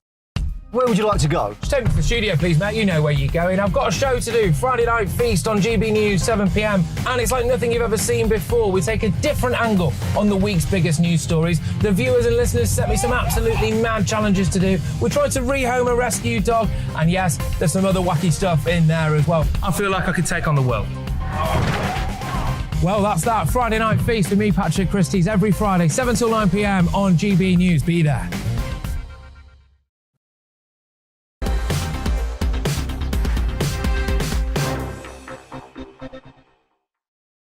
Now, a police hate crime awareness course, which gave alleged offenders the chance to avoid prosecution, has been scrapped by the Hampshire Constabulary. Previously, people accused, in the eyes of the police, of racism, sexism, misogyny or transphobia would have been offered a 2-hour-long course which would allow them to avoid prosecution. The force was criticised after it offered the course to a 51-year-old Army veteran after he retweeted a meme which depicted 4 LGBT pride flags positioned to make a swastika. Joining us now, the Chief Executive of the Bad Law Project, that is Harry Miller. Harry, welcome to you. Thanks very much indeed for your time joining us today. Hi, Harry. It's a dubious pleasure to be on your show talking about yet another infringement on our liberties by the police. Well, I'm clearly naive. I just didn't even know about these courses. Some of us have been invited on the courses where you can learn about driving better and avoid 3 points on your licence. But we don't mind that so much. We can see what the objective is. There's a total absence of process. Thank goodness it's gone. Yeah, absolutely. Well, the thing about a driving course, and I'm hoping to be invited on one myself shortly, having received a letter through the post. The thing about that is speeding is an absolute offence. There is no defence against it. You are banged to rights. You shouldn't break the law. You break the law, that's it. In this case, there was no law breaking at all. There was an allegation of law breaking by the police, but they weren't entirely sure which law it was that Mr. Brady had broken, and then treated the law like a pick and mix store where they just picked a little bit of this and a little bit of that and tried to convince him that he'd committed a crime, but they would downgrade the crime to a non-crime if he were to hand over £60 and go on one of these re-education courses. Mr. Brady wisely declined their offer, contacted the Bad Law Project, and that's why we turned up ready for them with our cameras waiting to confront the idiots. Harry, I think I'm right in saying I know I'm right in saying you're a former police officer yourself. You know the way the police hierarchy works. You know the way that it gets quite political the higher up the food chain you get. If you want to be a chief constable, you've got to play the game, haven't you? And I'm struck. I just wonder whether you perhaps see the shifting sands of power dynamics a little bit. What on earth am I talking about? I'm talking about Chief Constable Stephen Watson, who's the new boss of Greater Manchester Police. You know, the coming force, you could argue, really turning around a struggling force, back to basics and all that sort of stuff, but also saying, I've got no time for all this hate crime incident stuff. I've got no time for all this virtue posturing. I just want to solve crimes, actually. Yeah, well, he actually made a bang when he was appointed as the Chief Constable. He was asked whether or not he would take the knee, because he was in the middle of the Black Lives Matter stuff. And he said he would take the knee to God, the Queen and his wife. That was it. That is the kind of senior police officer we want. Somebody who recognises that virtue signalling is not the job of a senior chief constable. The job of chief constable is to make sure that the Queen's peace is upheld, that the law is enforced and that criminals are caught. It most definitely is not to find law-abiding citizens and invite them with a shakedown to attend a re-education course. That is what happened during the reign of the Stasi. We don't want a Stasi in this country, and during the Bad Law Project exists to ensure that we do not have a Stasi or a Checker or a Gestapo. Harry Miller, how did this happen? 12 years of Conservative government, the party of law and order, a party you'd expect to be concerned about solving burglaries and making sure muggers don't get away with it, instead draping itself in a sort of metaphorical, mile-wide pride flag. Yeah, it's happened because Priti Patel, currently the Home Secretary, repeated Home Secretaries, have washed their hands of policing. They've no interest in policing. They all know it's wrong. They watched what happened to me when the police came to check my thinking. I got loads of private support from the Home Office. I also saw that they cheered when I eventually won. But that's no excuse. They should have been there doing their job. They should have been there standing up to the plate and bringing the police back into line. It's entirely unfair that a private citizen should have had to do that. Now, we're getting organised, and the Bad Law Project is going to do the job of the Home Secretary until the Home Secretary gets the courage to do it herself. So we will continue to launch ourselves at police forces to drag them into line. Whenever a police force oversteps the mark, they run the very real risk that myself and Lawrence Fox and members of the Bad Law Project will be there to haul them over the coals. We will spring from the kitchens. We will leap from the rooftops. We will jump from the bushes. And we will say, you will not treat people with contempt. You will not treat the law with contempt. And you'll film the whole thing and post it for millions of people to watch. You know, that's absolutely what we can do with technology now. But this is open justice. Yeah, and how many, in terms of the iceberg? I mean, I'm guessing a lot of people who get an email, however the police make contact with you and say, we think we've had a complaint, we think you've been misogynistic or transphobic online, we're coming to pay you a visit. I'm guessing the vast majority of them are pretty plugged into the cyber public square. Or maybe I'm wrong. You know, maybe actually 9/10 of them don't know you exist and can help them. Well, they should know that we exist, and the police should. They've no business getting involved in anything that does not involve a crime. You mentioned misogyny. The police have no interest in misogyny. They've never had any interest in misogyny. They've no interest in women. They can't even define what a woman is.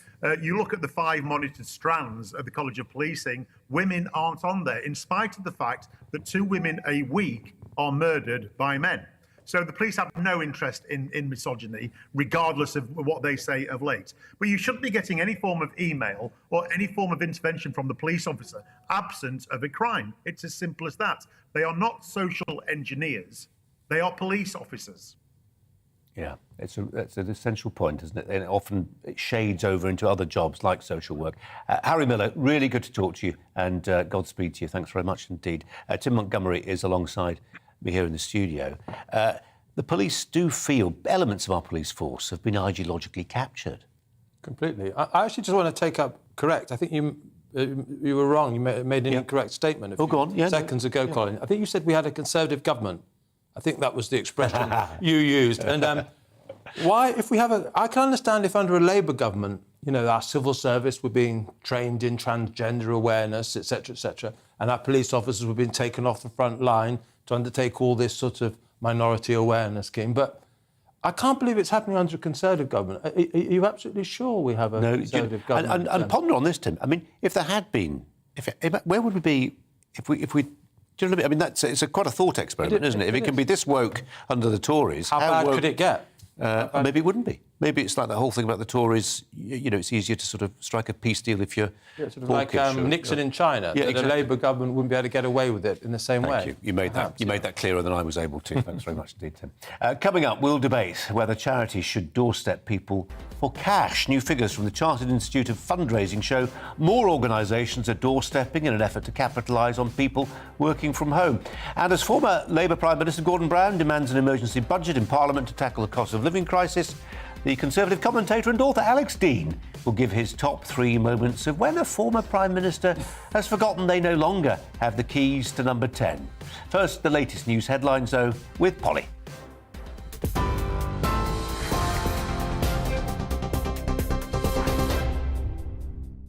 Just after 5:30, the headlines. Merton Council in London says an incident where a child was killed when a house collapsed in South London was the result of a gas explosion. The Metropolitan Police believes the victim was a 4-year-old girl. Neighbouring properties were also damaged by the blast in Thornton Heath. 3 other people have been taken to hospital and a 4th person was treated at the scene.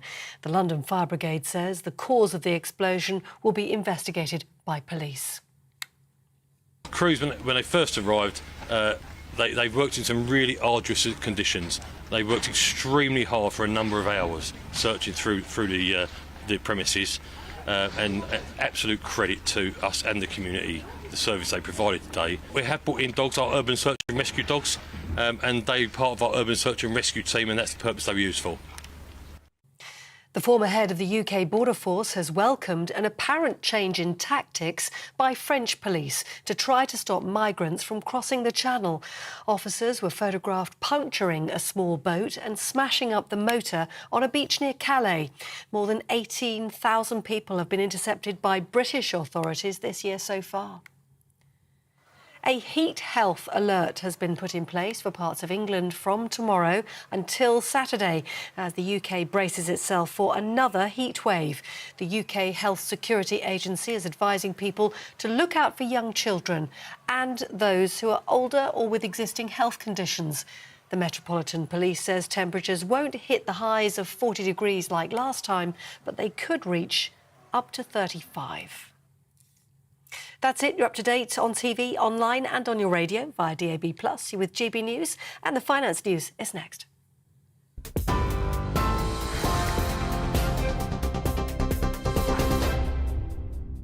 Direct Bullion sponsors the Finance Report on GB News for gold and silver investment. So a quick snapshot for you of today's markets. The pounds will buy you $1.209 and 1.185 euros. The price of gold currently stands at £1,471 and 5... Direct Bullion sponsors the Finance Report on GB News, investments that matter. We are GB News. We're right across this great nation. On TV. On radio. On digital. Absolutely everywhere. We don't talk down to you. We embrace all voices with honest and civilised conversation. We are not part of the establishment. We're one of you. And we're only getting started. Join us on GB News, The People's Channel. Britain's news channel.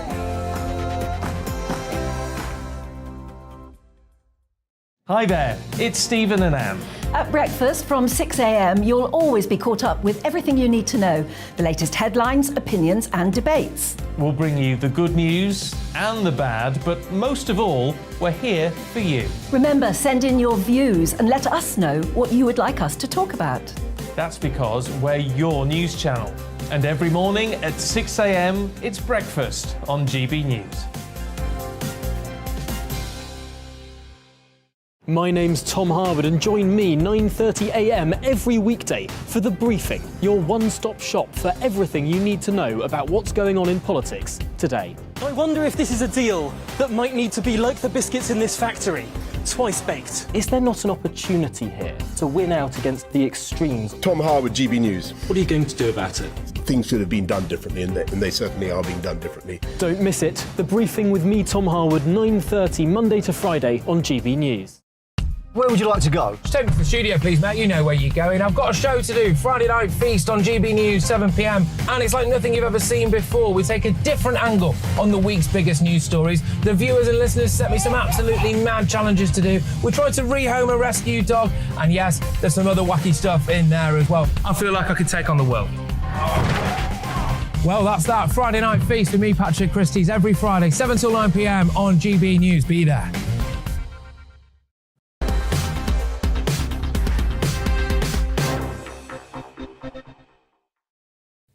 Now, Gordon Brown, you'll remember him. Gordon Brown's demanded the government holds an emergency budget before the UK hits a financial time bomb. Come the autumn, the former Prime Minister claimed millions would be pushed over the edge if the government doesn't address the cost of living crisis. He wants Liz Truss and Rishi Sunak to work with Boris Johnson on how to solve the looming crisis. Not the first time that a former Prime Minister may have forgotten they no longer hold the keys to number 10. Joining us now with his top 3 moments of when that's happened in the past, the Conservative commentator Alex Dean. Alex, very good afternoon to you. It's nice to see you. Top 3 then. Hi, Colin. Off you go. Yeah, you've got 3 for us to start with. I do. I'll just remind you, by the way, Gordon Brown didn't just say he wanted an emergency budget. He wanted COBRA to be convened. Cabinet Office Briefing Room A, which we use for wars, he wanted to convene for the cost of living crisis, which I assume would mean it would be permanently there. It would have COBRA on a permanent footing from now on until certainly the end of the Parliament, which is going some. My 3 examples from history of late are as follows. The first is, of course, Tony Blair. Tony Blair, who in 2020 gave an interview to a German publication of a magazine called Business Insider, urging Germany to do anything possible to stop Brexit and to keep the door open for a British return to the European Union. And remarkable, really, for a man who had left public life because his successor had squeezed him out, someone who was increasingly, I'm afraid, toxic when he was associated with any cause and set that cause back, had the tin ear to go abroad and suggest to a foreign power that they should do something contrary to British foreign policy of the day and think he would get away with it. And the extraordinary thing about Blair is he just doesn't seem to realise that when he attaches his name to something, the favourability of it in this country goes down. Yeah, you'd think the penny would drop, wouldn't you? And so that's number one, Alex. Number two and three. Number two is John Major. You really could have chosen any time in the last 10 years for Major, but I thought the interesting example of Major's intervention was against Boris Johnson and his personal standing, which is quite interesting after what's emerged about John Major after he left office. But moreover, the reason he chose to have a go at Boris Johnson was over the handling of the Owen Paterson affair, when I think it was obvious to the clumsiest person in the room that the government had got it wrong and was already in fast retreat, and rightly so. I think the government made a hash of the handling of Owen Paterson's troubles, and if indeed he'd taken his punishment from Parliament, as he should have done, he'd probably still be an MP today. But instead, people like John Major piled on the bandwagon and, as a result, put a number of backs up, including, I think, Boris Johnson's. Counterintuitive to the last, John Major joins a cause where his help is, to put it politely, not required. And Colin, the number one example, because I like to be contrarian and don't think I'm just having a go at people, one of my great political heroes is the last example, Margaret Thatcher in 2001. Been out of power since 1990 and decided to return to the Tory party's conference. The reason this is my number one is it's so memorable, as so many Thatcher lines were. She opened her conference speech, Tory party conference, with "The Mummy Returns," which was the name of a film that was out at the time. And the point of her speech really was endorsing the UK keeping the pound. Well, the problem for her successor was that was William Hague's only policy.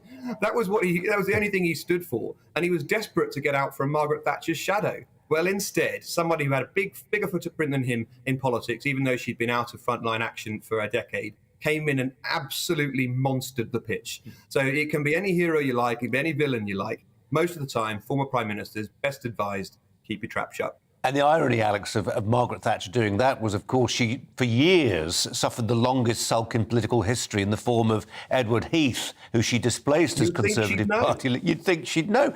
Just into that. You've enumerated beautifully what they did, but what we haven't got to is why they did it. I mean, the obvious answer, I suppose, is they just miss power.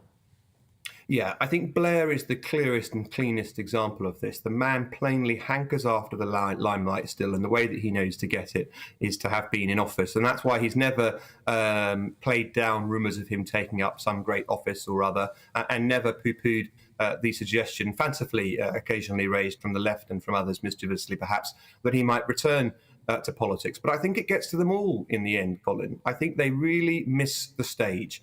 And nothing became John Major so much as his leaving of it and then being quiet for a while, a lesson he has singularly failed to learn from since.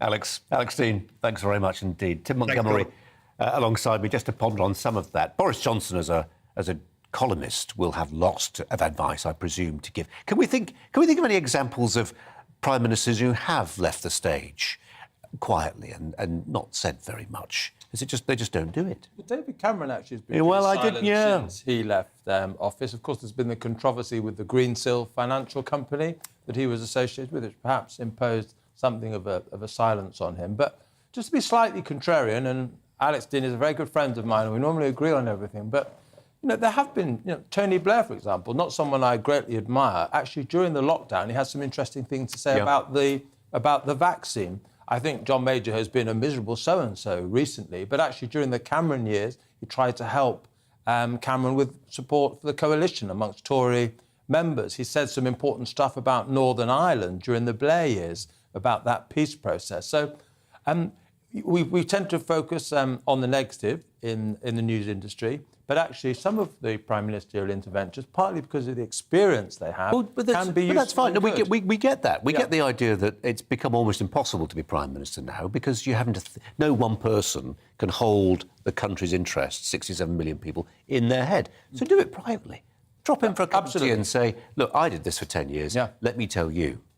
But don't go and stand in front of a lectern. Of course, a lot of it is done privately.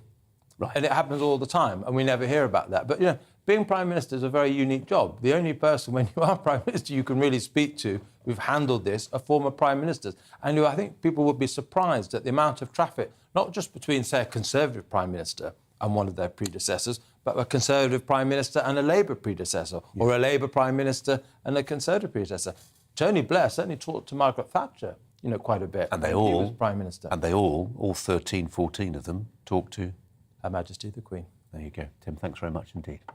Now, coming up, let's reflect on this one. Our debate this hour, several large charities have resumed door-to-door fundraising despite criticism of the practice. Figures from the Chartered Institute of Fundraising show the number of direct debit sign-ups on the doorstep is on course to double pre-COVID levels this year. So our question, should charities use door-to-door fundraising? We're joined by the writer and charity founder, Nick Buckley, and the Director of Policy and Communications at the Chartered Institute of Fundraising, Daniel Flusky. Welcome to you both. Daniel, we'll start with you. I mean, charities, they can be expensive to run. They've got to get their money from somewhere. Yeah, absolutely. Fundraising is really the way that charities can do the good that they do. The way that they provide their services is through being able to reach out, to engage supporters, to ask for supports, and doing that door-to-door in some cases works really well for certain charities. And without being able to have that direct conversation, we simply wouldn't raise the types of funds that we need to be able to deliver the services that so many communities and people around the country rely on. Nick Buckley, you've had to raise money for a charity. Is there an honourable and a dishonourable way of raising that money? I'm not sure I'd use that term. But as an instinct, I've never liked charities knocking on doors and asking people to sign up or to donate on the doorstep for several reasons. It can be classed, it can be quite intimidating if you're old, you're vulnerable, you have special needs. It's never sat well with me. And the charity I used to run, we never did it and we never would do it.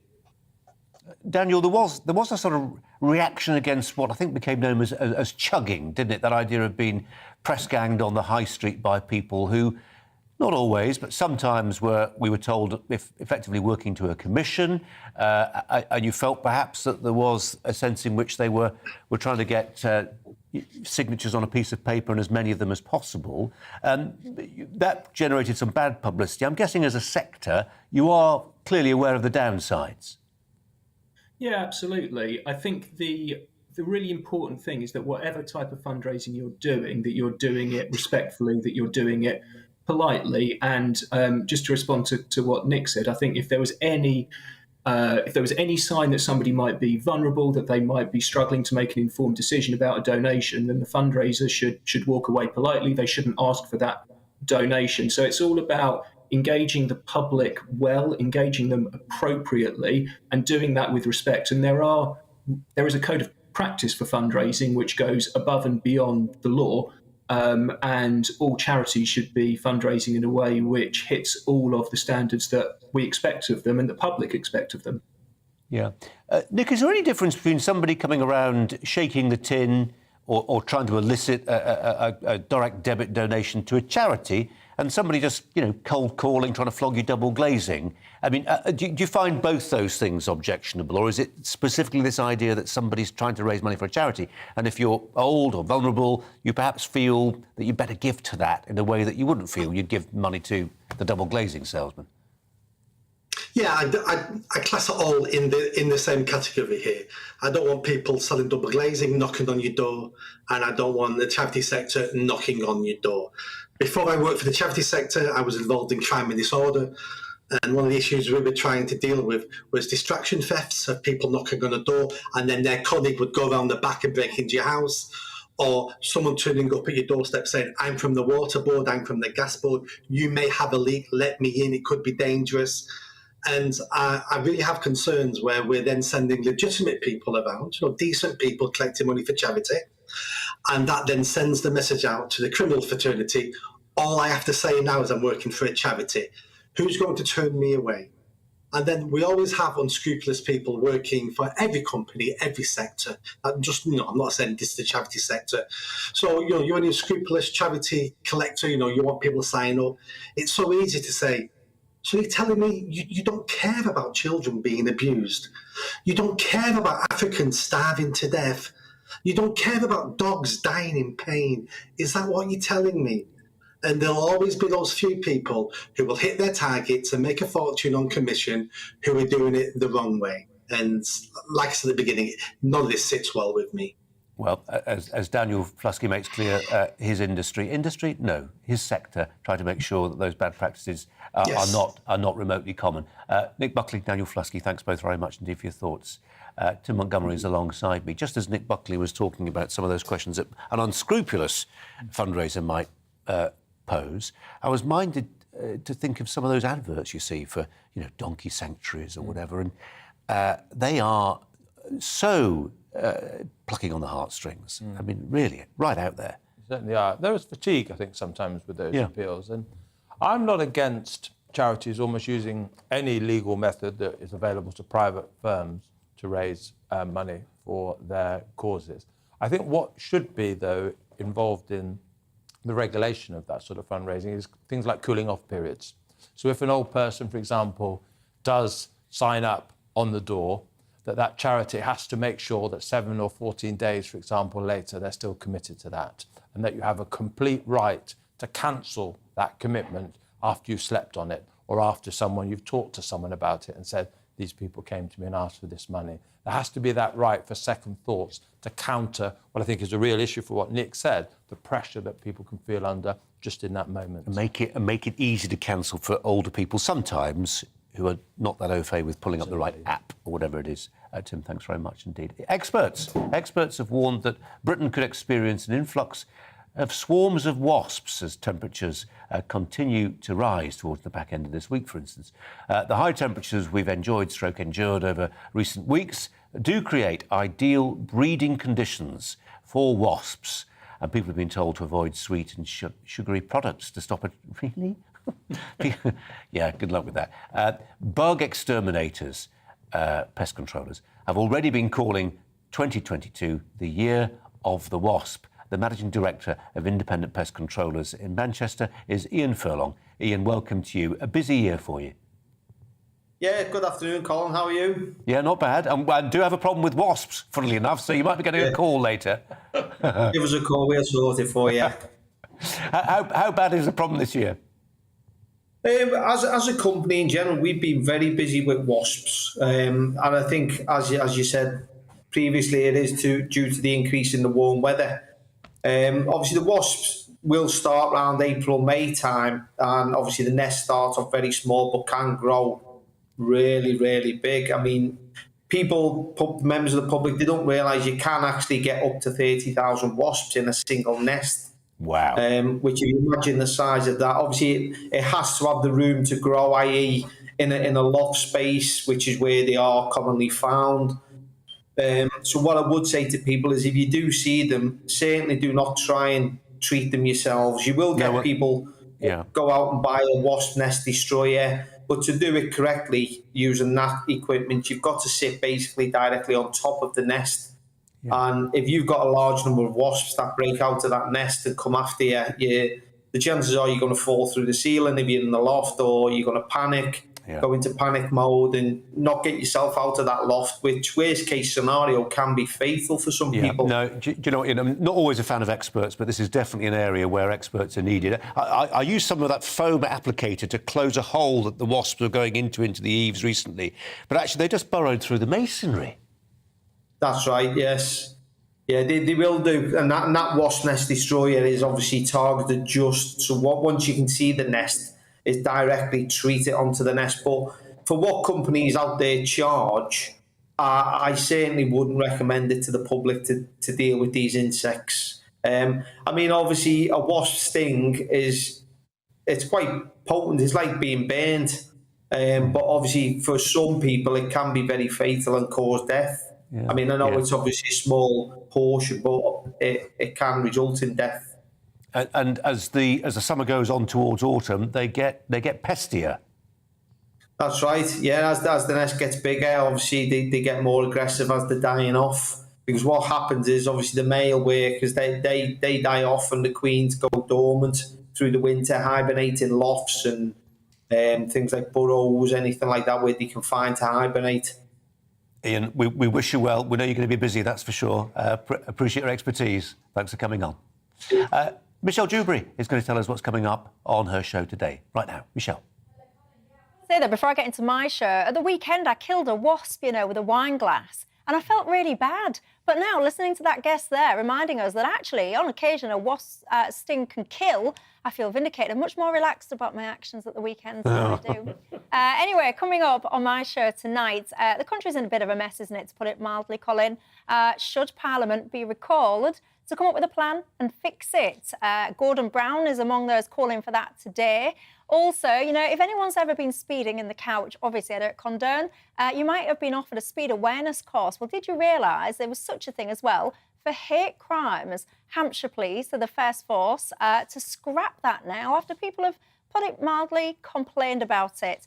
Should that even be a thing? If you send a tweet that's not very nice, should you have to go on a course to re-educate your mind? And lastly, I want to talk about the work ethic of young kids, Colin. I look back and I think it's different to how it was in my day, but what's the cause of that? Saturday jobs, for example, they're not a thing. Parents are giving less and less pocket money, so the incentive to do chores at home, that's been removed as well. So how do we create it in kids?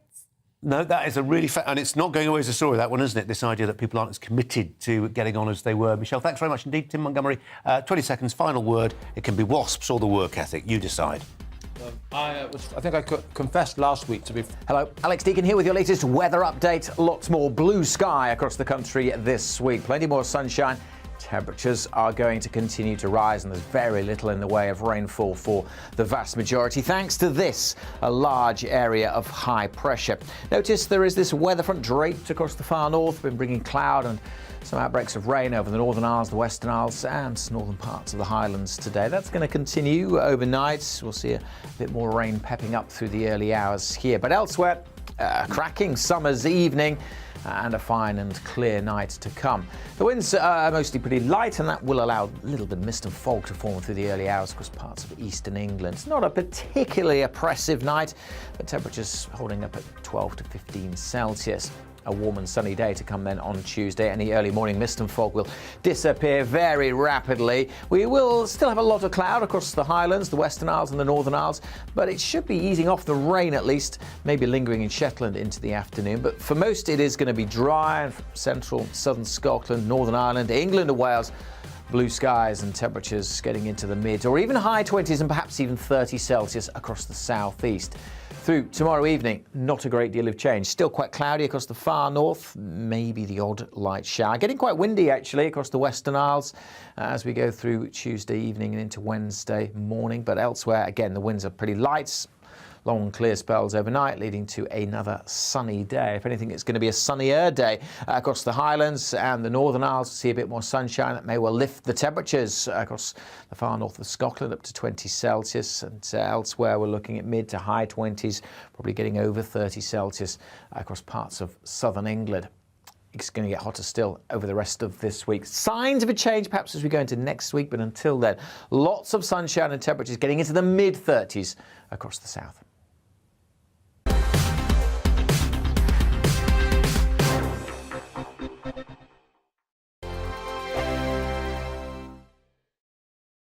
We are GB News. We're right across this great nation. On TV. On radio. On digital. Absolutely everywhere. We don't talk down to you. We embrace all voices with honest and civilised conversation.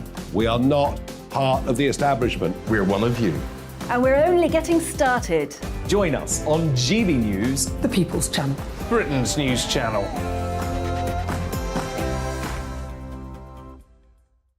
Hi there, it's Stephen and Anne. At breakfast from 6 a.m, you'll always be caught up with everything you need to know, the latest headlines, opinions and debates. We'll bring you the good news and the bad, but most of all, we're here for you. Remember, send in your views and let us know what you would like us to talk about. That's because we're your news channel. And every morning at 6 a.m, it's breakfast on GB News. My name's Tom Harwood, and join me 9:30 a.m. every